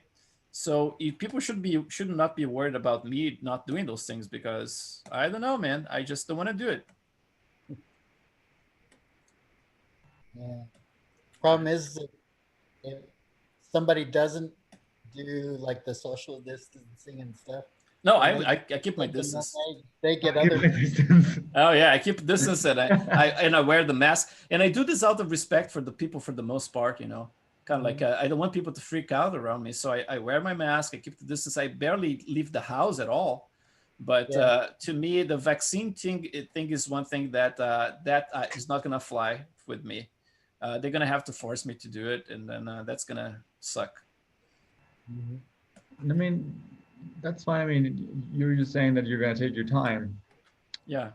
But the thing is, the amount of people vaccinated, it's important because that way you prevent the virus to not mutate in the next stage. Well, I tell you this, man. I mean, like I've seen people taking the flu vaccine for many years now, right? Yeah. And the flu comes back every year, right? It never eliminates it. The whole thing about this whole concept about like just lock yourself in the house until nobody dies anymore, to me is absurd. You know, it's like you know, it's like either you live your life or you just don't die, right? And I think people are more concerned about not dying, and the thing is like it's not like this is like something that's actually killing everybody, right? Like it feels something like one of those crazy viruses that we had in the past that had like a 40% mortality rate, something that's like really terrible, right? Yeah, something, I don't know, like, you know, some bad stuff. But this, man, obviously they're going to keep like the number of cases going to keep growing because they keep testing more and more. So you test to get more people. But the fact like that people, you know, it's like in terms of the death rate, is not, you know, it's like it's still like if you discount, if you look at the CDC, for example, they have the deaths by with all the things associated with the COVID-19, and then just the deaths caused by COVID-19 directly. Seems like those are like it's a very small portion of the whole thing. But then obviously the virus is actually contributing, you know, with other diseases and stuff, accelerating things. But still, like in terms of like the death rate, it's still like a virus that has like what, like 99 point something percent of people living after the virus.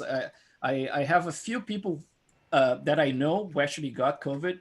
One of them was hospitalized, and he spent like 3 days in the hospital, actually, or 4 days. And he was in a bad shape, you know, it was like taking care of himself so he would not have like some lung disease and stuff, because it's kind of similar to what an untreated pneumonia can do. You know, it's like if you don't do a good job, it can really mess up your organism for the rest of your life and cause permanent damage and stuff. But the other ones, man, had like a, you know, basically like a strong flu. That was kind of like how they described it. It was a strong flu. But obviously you're going to get like some instances where like very young people are going to die of this. And then instead of like just keeping the eye on the statistics, which says that like people over 65 to 7 years old are the ones who are actually dying like the most. But then if you want to sell fear, or if you want to sell something, you know, it's like then you basically like you just focus on the rarities. You know, it's like you're gonna get like and start reporting on oh, there's a 5-year-old who just died of COVID. Oh my God, it's killing all the 5-year-olds now. No, it was like one case right there, right? And then like, oh my God, it's like all those 20-year-olds dying right now. I was like, how many? Did you look at statistics? No, but I saw in the news that, you know, one died. And so I am assuming that all the 20-year-olds are dying now. And it's not like that, man. It's like, I don't buy into the fear thing. You know, it's like I look at statistics. I keep going back to the CDC website and checking things on my own. You know, it's like, and I just don't buy it, man. It's just like, destroying the economy the way it's happening right now. It's like people who never going to recover their lifetime savings, it's like putting in their businesses for this virus that is killing like 0 point something percent of the people. I don't care, man. I disagree with it completely. If I had the choice, I would definitely be out. It's like doing my own thing and risking my life, because I don't want to live like this. But I understand people. Companies are finding out that they don't have to bring all their all their employees inside of a building. Yeah, exactly. They're more open to the idea of remote working. So. Yeah. But I'm afraid I'm going to be one of those guys, man. I'm going to be trapped in my own house at some point. If they keep accelerating this thing and saying like, oh, you cannot leave your house if you don't take the vaccine, I'm probably going to be like going to live in the house from now on. Guys, I really like, again, like if it was years from now and then all of a sudden like, here's the vaccine, it's like we tried, like in all these people, like thousands of people were tested and the results are really good. I was like, okay, that makes sense. It's like, I don't have a problem taking it. But right now at this point, I really don't want to take it. It's just like too risky for my own sake, Well, as long as you don't start stacking newspapers in the hallways. Yeah, it's just like, I mean, people are free to do whatever the hell they want. It's like, I understand the whole thing about, yeah, but it's like if you don't do it, you're gonna put other people at risk. But I was like, I always have this thing about, dude, but if you are doing all the things that people are telling that's gonna save your life, why are you concerned about me? It's like, seriously, I mean, and I'm not even like a person who is always at the street. It's like I wear my mask everywhere I go because I don't want people to freak out or anything. But if I'm at the street on my own, dude, I'm totally maskless. I refuse to wear a mask when nobody's around because it's just absurd. There are cases of kids like doing exercise and physical activities and collapsing. It's like collapsing because of the lack of oxygen because of the mask. It was like, man, like Jesus Christ, what's going on?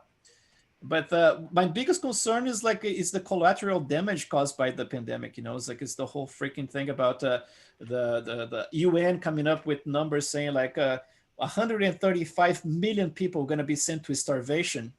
It's like in extreme hunger because of the consequences of the lockdowns. Basically, like that's what the UN said. You can go to the website; they're saying this, right? And then on top of that, there's a gigantic amount of suicides. Including like suicides by very young people in our country, for example, because of the depression in consequence of this. And then there's all the people going to be sent to poverty because of they cannot open their businesses. Meanwhile, like Walmart and Amazon and all those guys are records of profits. It's like billions of dollars richer during the pandemic. Meanwhile, like the mom and pop shop cannot open. So it's like the virus apparently only attacks people who are honest workers working in their establishments, because the virus doesn't attack anyone at Walmart or Target, It's like the virus doesn't go there. It's like it's the most bizarre thing, man. It's like people just don't connect the dots, I suppose. I don't know, man. It's like, why is that allowed, right? To go to Walmart and go to all those places, and then he's not allowed to go to, I don't know, like I'm not a religious person, but you cannot get together in a church, and then you go to Walmart and everybody's packed on top of each other. It's like, what's going on? It's just like bizarre. Most people are using this as an excuse for their own advantage. Like here, even all the pharmaceutical companies and everything. I don't know if you've seen this movie Contagion. In that there's a person, like it's a similar situation, but the virus is much worse. Like if you get it, you're gonna die. In that movie, it's like that. And there's this character played by Jude Law. He's a blogger. He's like a journalist, a really famous one, freelancer. He like people believe in him, and just for the sake of money, he advertises a vaccine that is totally a fake for a company for a huge amount of money. And then people start showing up at the medical shops and everything, and then it is disclosed that he was a fraud all along.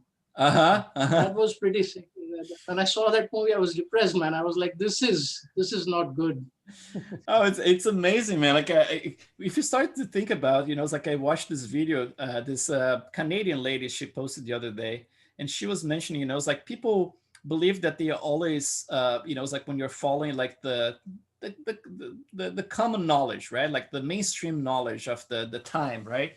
That you are always in the right side of the history, and you sometimes you're not, right? Like you look at what happened with Galileo, right? Like you know, it was like, oh, the Earth is round, right? Like it's like, oh, just burn the witch, right? Like no, you're crazy. That's not right. And then, but what she says in the video is very interesting. She said, like, when I asked my students in what side they would be back in the day during slavery in the United States, right? Would you be on the side of the slave owners, or would you be on the side of the abolitionists? And they always say, like, I would be on the side of the abolitionists, of course, like slavery is wrong. And she says, like, nope, you probably you would be siding with the mainstream common thing that would be like having slaves is okay. It's going to drive our economy, you know. It's like people can save money by using this slaves in here, you know. It's like it's going to translate into cheaper things or whatever it is, whatever the logic of that time is, you know. It's like that makes sense. And then if you are against that, for example, like an abolitionist back in the day would probably be like what, like a conspiracy theorist, right? Like someone was like, what are you talking about? Of course we need slaves, right? It's like, no, we don't. What about if people have to be free? You know, it's like, and nobody owns them. Like, that's absurd. You know, it's like, that was always the way we did here, right? So that's the thing, you know, it's like this thing about not thinking for yourself, you know, it's like, and just like embracing mainstream stuff, you know. It's like, I just don't trust that, man, because as we know, a lot of times things are just wrong and driven by profit, you know. It's like if you read about like the nephew of Sigmund Freud, his name was what's his name, blanked right now. Yeah, I'm gonna remember. He is considered like the father of the American propaganda. Bernays, Edward Bernays, something like that. Yeah, I think it's Bernays. He's the father of the propaganda in the United States, and what he sold back in the day was about cigarettes. They knew at that time that cigarettes cause cancer, would kill a bunch of people, but they got this guy to actually help them out to, you know, keep selling cigarettes, right? Because they didn't care about people, they care about the profit. And then he was the guy actually who created that whole concept of cigarettes representing empowerment for women. So they decided to actually focus on selling cigarettes to women. So like the TV commercials and whatever they had to do was always like a strong woman being stronger when they smoke, you know.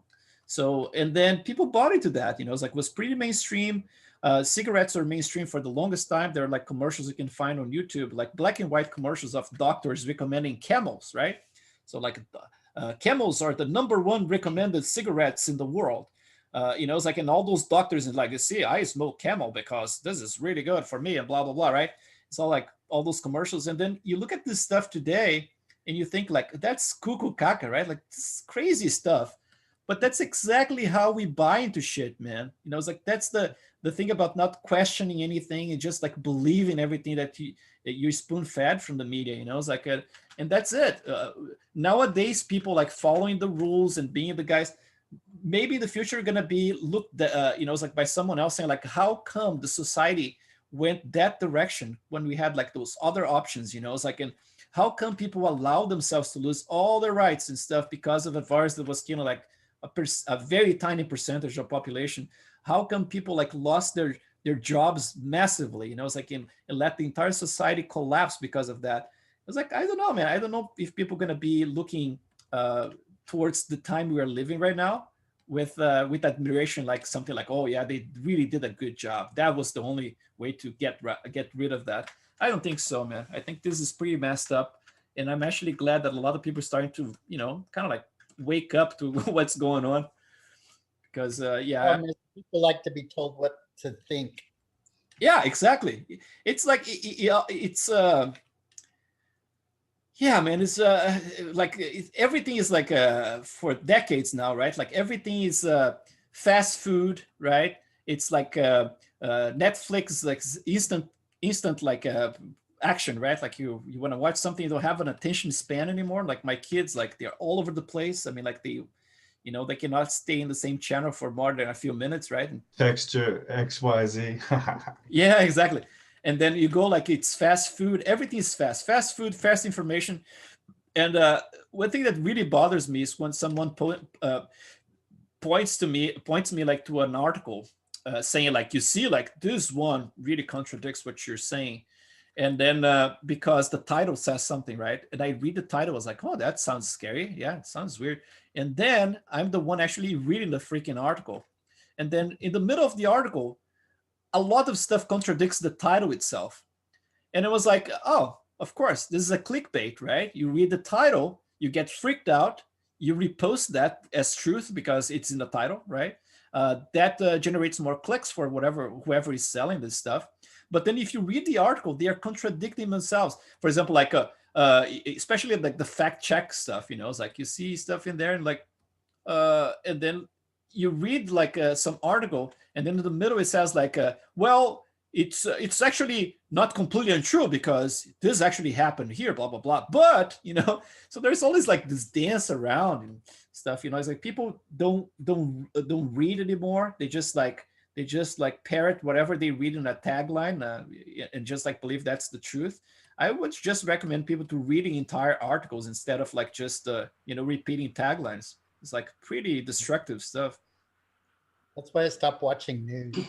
Like they only tell you what they want you to know. Exactly, man. Exactly. And most of the time, the article contradicts the headlines.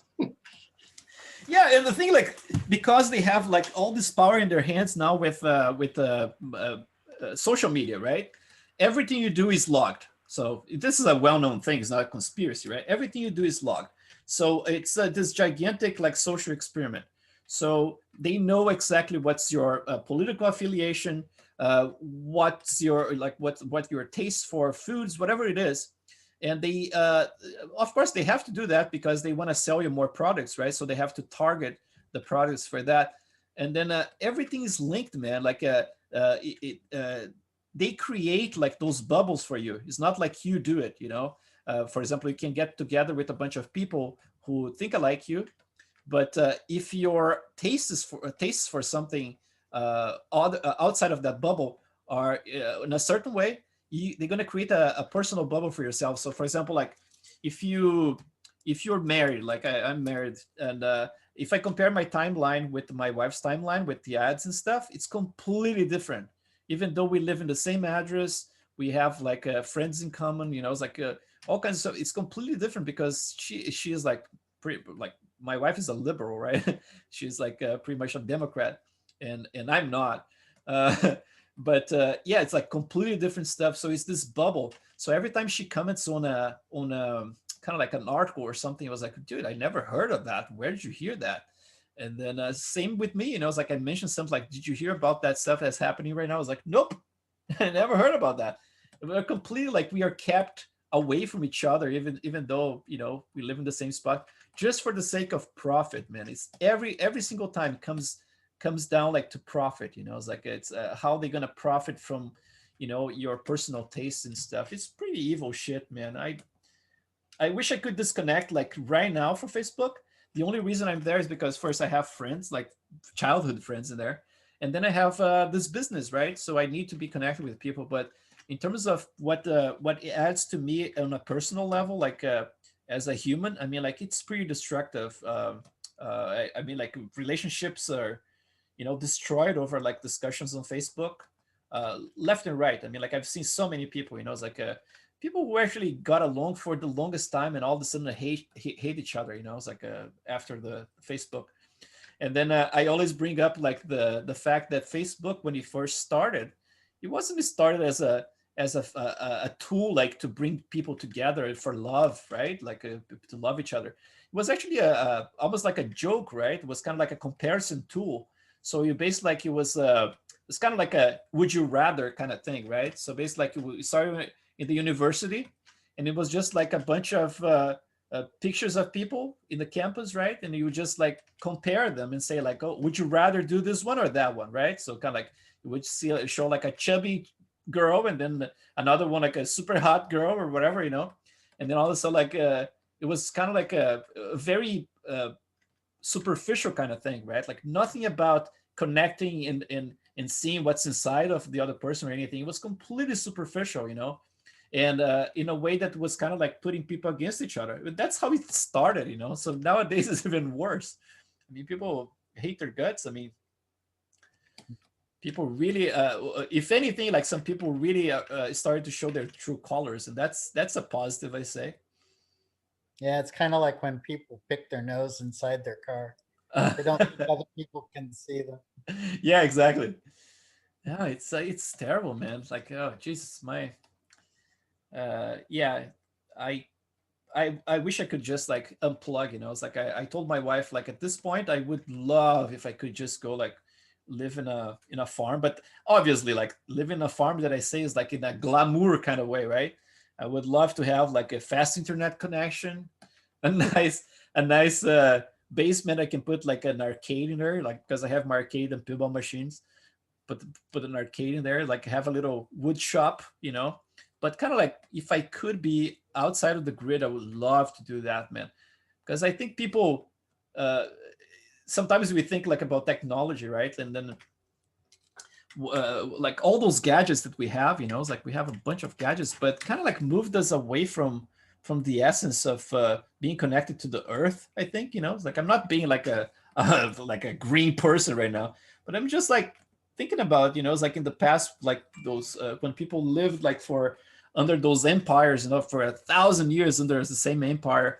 And then what they did, is like at night, they didn't have freaking TV or iPad. They would just like sit and watch stars and whatever it was, it's like, and be more present with their environment, whatever. And nowadays we're just distracted all the freaking time. And I kind of miss that, it's like kind of like feel more connected with whatever, the earth is. That would be cool. Don't worry about the youngins not be able to relate to other people. Mm-hmm. Exactly, man. Yeah. They don't know body language. They don't know, how to. Excuse me. Do you guys mind chatting about the sculpture for a little while? I feel like we're getting heavy. Yeah, we are getting really like. I mean, I definitely agree with so much of what you just said. Yeah, but definitely. We are in a negative tangent, kind of. I feel. Yeah, man. I don't know what's up with the sculpture. Let's just feel like breathe out for a little bit. Maybe. Yeah, let's do this, man. Thanks for bringing us back. So what I'm doing here, I'm just like trying to establish some of those, like those major wrinkles just around here. And then when I get to those areas here where I feel that I need more like a secondary forms, what I'm going to do, I just use like a very low intensity, like 2, for example, and I get like a bigger brush. And then I'm going to start to actually draw some of those lines. And I'm kind of like at the lowest resolution of my HD geometry here, and really try to dig some of those forms, maybe like even at 1 for intensity here. So around here, try to bring some of those forms, almost like, imagine like if I'm carving the primary forms at this point. So I'm kind of like going to the deepest part of each one of them and just reinforcing with this bigger brush, but it's like a little sharper brush as well.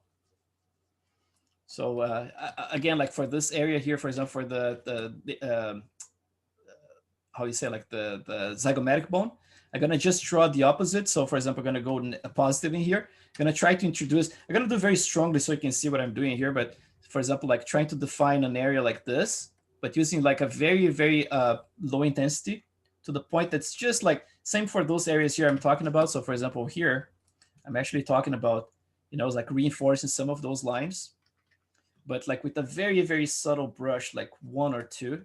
So I'm gonna start by doing like this area here of the zygomatic bone, a little bit more of a, it's almost like it's a very subtle change, but it's definitely something that helps with the recovering the planes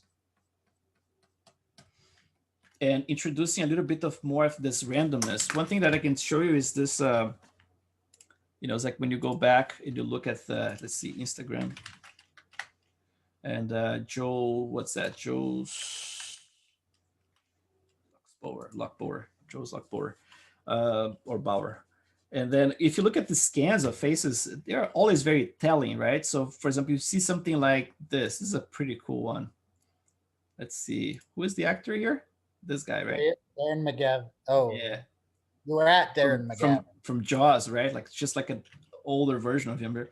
So the kind of stuff that we have to talk about is this, you know, it's like you see like there is like all those extra forms in between in here. They add some extra complexity. And I'm trying to actually slowly start to build some of them, you know. We always like it very, very low intensity at first, and just getting some, for example, like this depth around there, you know, it's like around here as well. There's a lot of, you know, it's like it's controlled, right? Like you could think about as being something that's kind of lumpy, right? Kind of looks a little lumpy in there, but it's kind of a controlled kind of lumpy, right? Look at my switching from that model to this one. Look how clean it looks, right?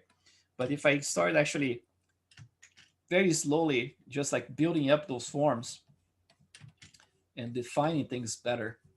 Let's dig in this one here. I'm doing asymmetrically right now. It's starting to break up the symmetry. I can actually get like this zygomatic muscle in here, start to dig in a little bit. And then slowly, we're going to build up like those slightly bigger forms, you know, it's like, so around here, let's get like this, you know, the jaws in here, right? Get a little bit deeper and then sharper around here.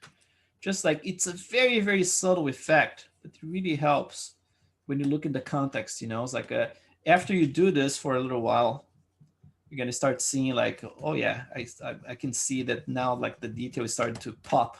So around here as well. So this entire fold around here, I'm going to go around the lips as well. On that life mask, do you think the stuff they cast it with pulled down on the face a little bit? Oh yeah, always, man. Like life cast, like for likeness, they are not very trustworthy, right? Because of there's a lot of pressure. He has all this material and the plaster and all that weight on top. It kind of like ends up like deflating the face and stretching, right? It's probably like his natural face, like without all this compression. Probably some of those forms would not be there, you know. But it's cool. Like it's very like it describes very well. Like for example, the zygomatic bone and stuff like that. Every time you see those ones, like the life casts, the zygomatic bone is always very, very sharp. You know, it's like it kind of like, unless like her case here, she's pretty young, so she still has plenty of her fat pads in there. It's not that visible. But to get any person like a little bit older, let's see if we can find. Look at her, like Selma Hayek, man. Oh, look how visible that little line I was talking about a few days ago. You know, it's like in the lips. You see that there's a sharp line that goes all the way to the corner, like I said.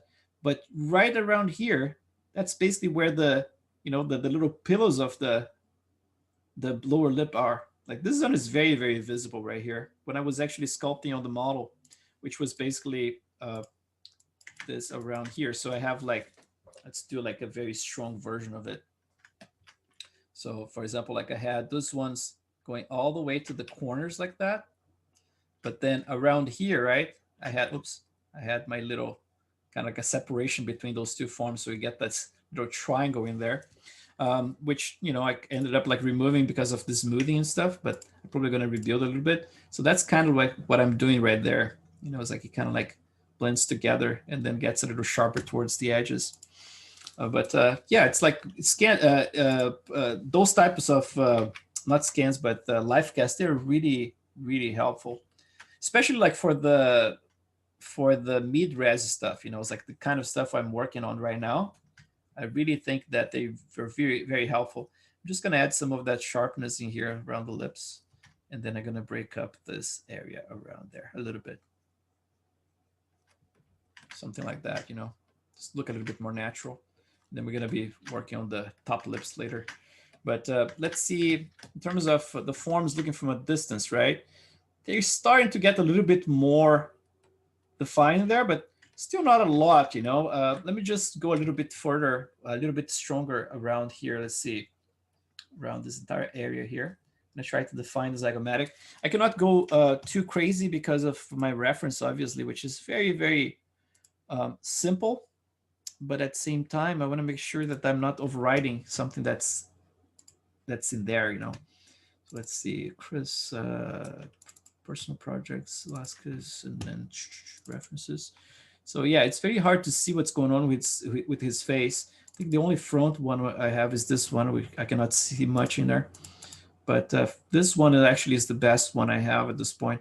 So it's not like I can go too crazy with certain things, but if I don't add enough detail, all of a sudden it looks plain, you know, looks like the forms are too plain overall. So let's see. Let's try to get like this area a little bit deeper around here and wrap around the cheeks right here. Kind of create that. Let's try to separate this area here. So I'm going to extend my nasolabial. So the nasolabial is an interesting one because you have like those volumes here that sometimes you can see very clearly and sometimes they kind of hide. So I'm going to do it very strongly here. So you have the nasolabial itself like this, but there is a little form right here, a little depth sometimes that happens. So basically like this one pops out. So like this whole area here pops out. And then you have that little thing, but it's so subtle, you know. So let me just do this in a subtle way here. So I'm gonna just dig this area here a little bit, even more subtle, like two, like that. And I'm gonna build up like this area.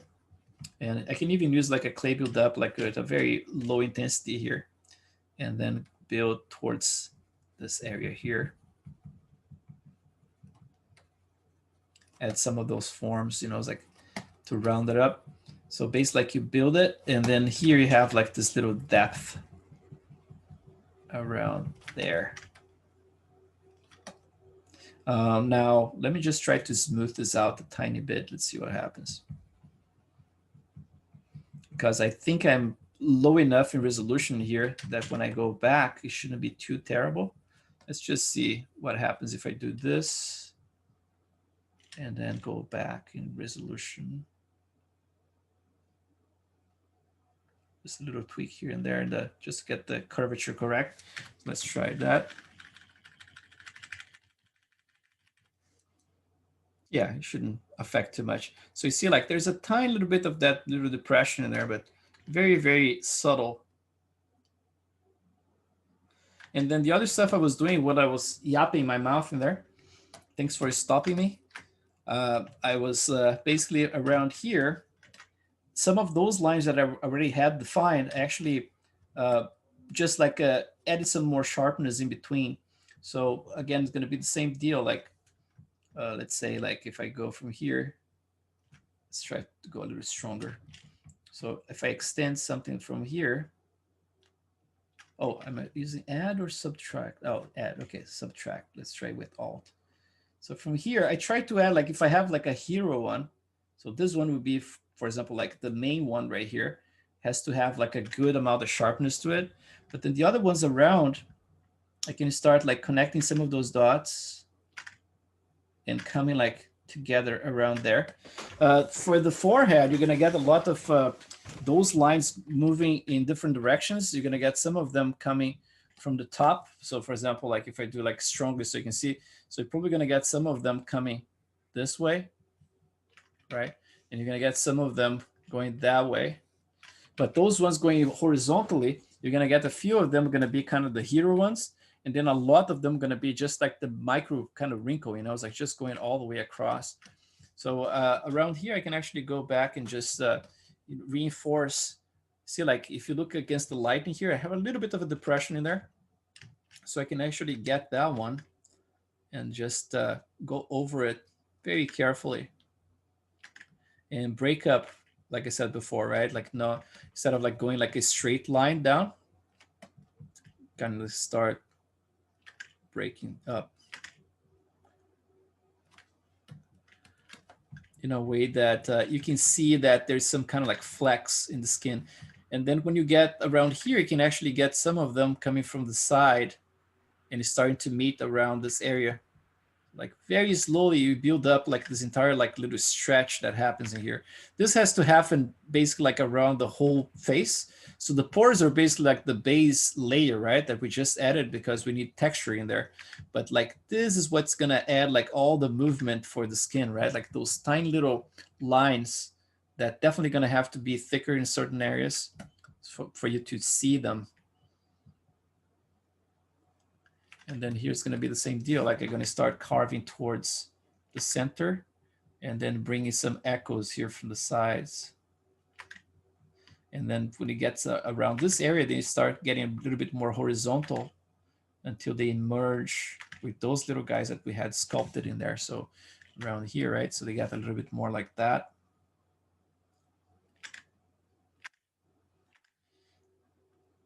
Everything starts with just a base, which is just texture, just like the pores thing. But after the pores are in placement, like then you have a ton of freedom to actually add all this stuff, you know. Until you have that, then it's hard because you don't want to break the symmetry, because that would give you a ton of more work, right? Like if you do that. Let me just smooth out this area. It's a little bit crispy here from a high resolution. So I go to a subdivision level, like two levels down. I'm gonna smooth it out like that. And then let's go back up. So it's a little bit like shallower, right? I preserve my fine detail, but at least it's like the things are a little bit shallower. And then, so yeah, it's gonna be a ton of this, you know. It's like trying to pay attention to the direction of all those wrinkles, kind of like trying to go from here towards the eye, always like from this kind of like curvature right here, conforming to the eyebrow. And then around here, same thing. I mean, like I can start to blend those into this area and then making them become those pores, right? So they start like with the kind of like a normal pore, then a stretched pore, and then, you know, full on little wrinkles in there.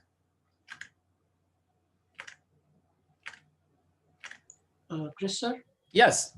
When you are working on a particular likeness, like a particular person's likeness, how do you identify that, you know, now the primary and secondary forms are done and you should go for the pores? Because most of the time when I'm eyeballing stuff, it's like I feel it's okay, and the next day when I try to do it, it's like this can be improved, like I can do more to, you know, get the likeness much more correct. Oh, it's to me is always it's a constant struggle, you know. It's like it's I would say I don't call it done ever, but I keep working on everything at the same time. So for example, like if I'm working the skin and they do some renders of the skin, so I'm actually concerned about like making the skin work and all this stuff.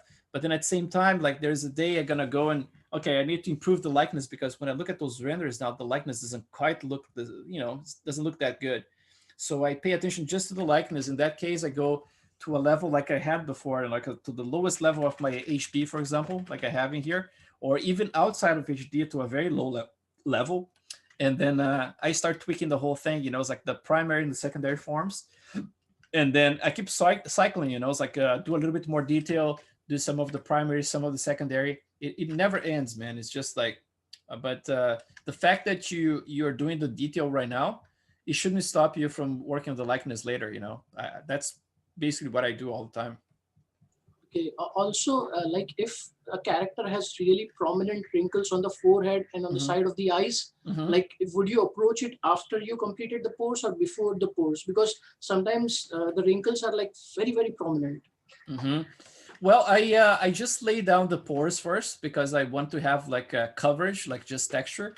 And then later I would do like the specific type of wrinkles, and then use the pores around those wrinkles to actually connect some of them, you know, so I can add some more directionality to follow the same direction of the main wrinkles, and just like echo that same line across, you know, so I can around them.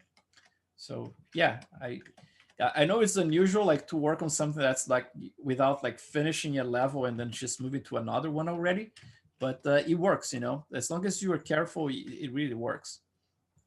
Thanks, sir.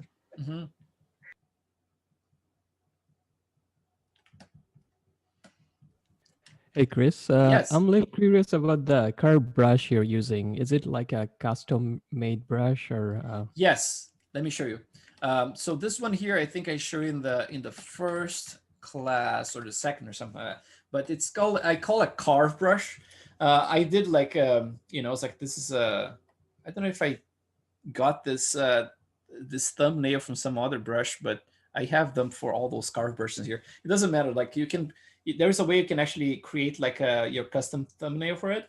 But this is basically a standard brush. So you can start with the standard brush. And then I'm using stroke here. So basically like the default stroke, dots, right? So dots is the first option right here. For the alpha is an alpha 39 right there. And then in the settings here, I'm actually tweaking this alpha to have like this kind of curvature right here. So it has a very strong point.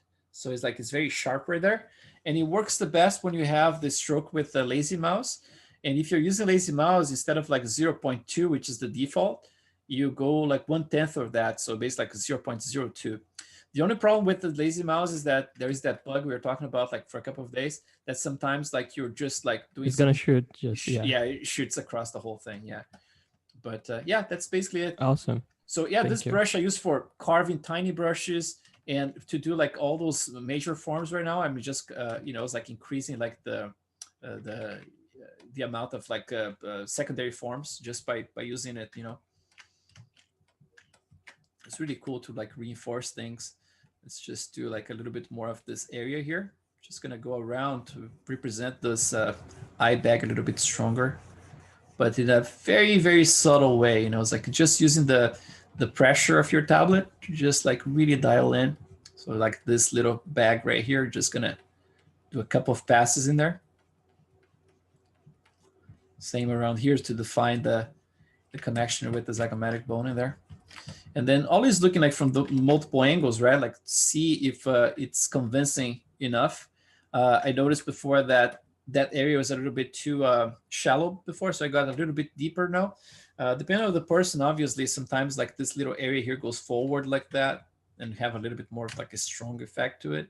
So it's always depends of you know, how your character looks like. Seems like the caruncula in here, I would have to make it a little bit deeper as well. Seems a little shallow at this point. And I'm gonna have to check how this is gonna work with my shaders and everything. But let's try to do some more of this work with carving it. I think like overall, although it's a very subtle effect, if you compare with what I had before, let's see if I have like an older model here, something like this, right? You already got a couple of like, let's just like do this, keep it in here, Shift S, bake it. Let's bring it here. And then let's do this one. So, you know, like there's a lot of little things here and there like that are actually added that introduce a little bit more of detail in there. But obviously in comparison to the very first version that we sketched, it's a different character, right? Position of the mouth was much lower. This was the very first sketch, right? And then it was before I did a lot of different passes on it. And now I got a little bit younger and a little bit chubbier in there in general. But yeah, so basically like I'm using this low resolution of my HD, like the lowest of HD, Z added 1 for intensity, or sometimes 2. And then with the carve brush, that one just reinforce all those major forms in here, you know. So like this is gonna be what I'm gonna be concentrating for a little bit. If I wanna reinforce, for example, this line right here, right around there, definitely it's gonna have to be more asymmetrical at some point, but because I'm still working with my pores in there, so I'm gonna just make symmetrical. But you know, it's like just by doing this, if I do many, many times, you see how far I can go with it, right? But I don't go that far, I just go like something like this, just to add a tiny little bit of that. Same for this area around here. A little bit of that wrinkle, but in a very, very subtle way. Everything has to be very subtle now. Reinforce, for example, like the separation between the brow and this little bag right here. So we're just gonna add that line underneath. Very subtle. And then obviously I don't do always like in the very same spot. I do like in the center and a little bit more towards the sides of it with the lower intensity of my pressure sensitivity of the tablet. And then just keep doing that. You know, it's like to try to create this kind of like gradient effect. So instead of like having something that just looks like this in the same spot, right? Kind of like you can do like in a very, very subtle way. Right there. Let's try right around the zygomatic here. Zygomatic is an interesting one because depending on the person, obviously, you're going to get more of the zygomatic muscle showing, like right here at this corner, right here, right? So, for example, you have your zygomatic in there, and you have the muscle that goes like towards the corner of the mouth. And in some people, you can see that very clearly. You know, it's like it shows a lot, and then you end up like getting this line around here that it works as a plane, right? So if you look like the light really changes from that point on. But depending on the person, you know, in his case here, he has his jowls in there. He has a little bit of gravity happening, so it's not completely visible. But for example, here, the nasolabial are going to actually introduce a little bit more depth to it. Just like get a little bit deeper with it and a little bit longer as well, just to introduce a little bit more age as well. Because the tendency is to get this a little bit longer.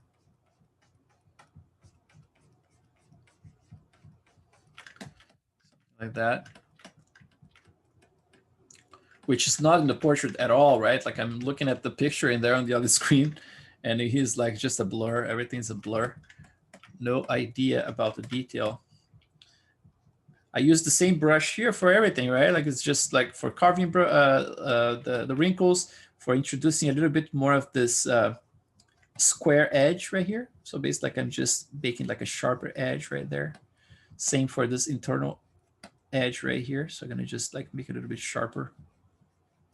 Always with the same brush, you know, it's like you can use for multiple things. Even for here, this corner, or for carving the in-between in here, making a little bit more of a divot in there. Something like that. I'm gonna try to fix that stuff that's a little bit squarish right there. Just a tiny bit. A little bit less stylized.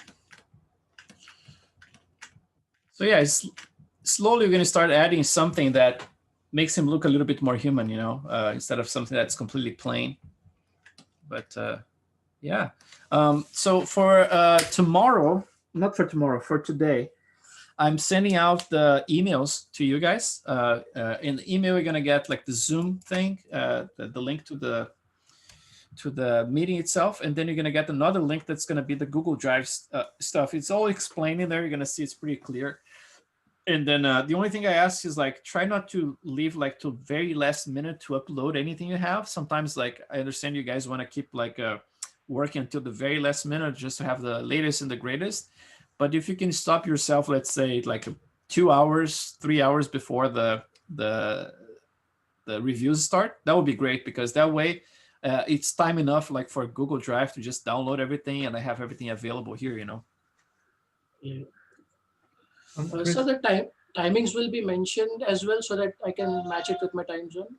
Yes, that time is definitely going to be mentioned, and you're going to have to check the time zone in there. Yeah, it's going to be Los Angeles local time, so it's going to be like I think it's 9 in the morning, and then I would rather do 8 at night, but I don't know, like it's an interesting one, because we are doing those classes already at 8 instead of 9. That was basically what I did last class was all at 9, but I could do, for example, at 8 at night instead of 9, you know, which is basically the same time that you guys are doing right now. But I don't know, what do you guys think would be better, at 9 or at 8? Like the same time as we have this class, or 1 hour later? I think earlier would be great, because for me right now it's almost midnight. Oh, okay, yeah. So I don't know. So but I want to ask you something. It's just one model per person, because I would like to have feedback over 2 different models. So is that okay, or it's just one? I mean, I don't mind. I mean, just I don't want to. Yeah, I mean, like, it's not like I don't have a rule for that, right? I think it's just like as long as we are mindful with our colleagues, you know, it's like people who are going to be waiting in there. I think it's almost like if I do 2 models, I kind of going to have to speed up a little bit so we don't leave the next person waiting too much. Okay. But I don't mind, you know, at all. I mean, okay. Yeah. Sounds fair to me. Mm-hmm. So European people will be better 1 hour later. These will have 1 hour more to sleep. I'm sorry. For European people, it's better at 9. So we can have 1 more hour for sleep. Oh yeah. What time is it for you now? 7 in the morning. It's early, right? Yeah. Yeah. So 9 for you would be better, right? Yeah. Mhm. Then it's like I'm listening to the 5. Yeah. So great. So I can say this. Check this out. I can start doing the reviews at 8, so I can actually help some of you guys. But then if it's better for you guys in Europe, for example, to do at 9, so we can be some of the last ones to do the reviews. So you just like keep sleeping, and then you just log in a little bit later. Yeah. Just log in a little bit later. It's like when you're ready. Correct. Yeah. Because I mean, like those reviews go for a long time. So if you guys feel like sleeping a little bit more, I say go for it. And there's always someone who's gonna be there. Well, I'm gonna be there anyway. So. Yeah. Do the morning one then. The morning one. The afternoon for you. Mm-hmm. Yeah, no, I'm gonna be involved. Yeah. Chris, I remember on one of your courses, someone was snoring. You had to mute them. That was so funny, man. I think he was a Japanese guy, man. I don't remember his name. I'm terrible with names. I actually surprised I remember my kids' names. But or do I? I don't remember. But man, it was so funny because I was, I try not to keep like a monotone kind of voice kind of thing. It's like I try to keep things a little bit more dynamic so people don't fall asleep. But he was so tired, man. There was nothing I can do about it, And who am I? I mean, like I fell asleep in meetings so many times at ILM. I was like, it's me and my friend Sonny. I mean, like sometimes I was like, Sonny, you're snoring, dude. And it's just like it gets loud, It's like you go to this dark room like for dailies, and it's just like, oh my god, it's so boring. Anyway, I'm not gonna be mad at you guys, but I'm probably gonna joke about it though. Yeah. So Chris, for the morning one, you're doing it at 9 a.m. starting? Yes. Okay, and then you're going till when? Until when? Yeah, like what time are you ending your first session? 1 o'clock? I say like it doesn't go. Oh man, it's normally around like 1:30 or 2. Yeah, it goes for a long time. Okay. Mm-hmm. Okay, cool. Yeah, because there's some things I wanted to do first thing in the morning, so I'll probably show up around 10-ish. Yeah, of course, man. Yeah, anytime that works for you guys. Yeah, definitely. Like people are here, it's like in the morning early. And then we just go like maybe like in order whoever is there, and then we like it's easier that way, I don't think we're gonna have a ton of competition. Okay, cool. Yeah. All right, guys, I'm gonna let you guys be for now. I hope you guys are enjoying. Sorry for my little rants today. Sometimes we get we are humans, right? Sometimes we get a little bit there's a lot going on in terms of the world and families and lockdowns and all this stuff, and people are really stressed out. So sometimes it comes out, but I try to do my best not to pollute the classes with that. So I apologize for today. Hopefully the next time is not going to happen. All good, man. Thank you. All good. All right, guys. Thank you. Have a great night. You too. All right. Thanks. Bye. Thank you. Good night, everybody. Bye, everyone. Thank you so much, guys. Thank you. Good morning, Europe. Wait.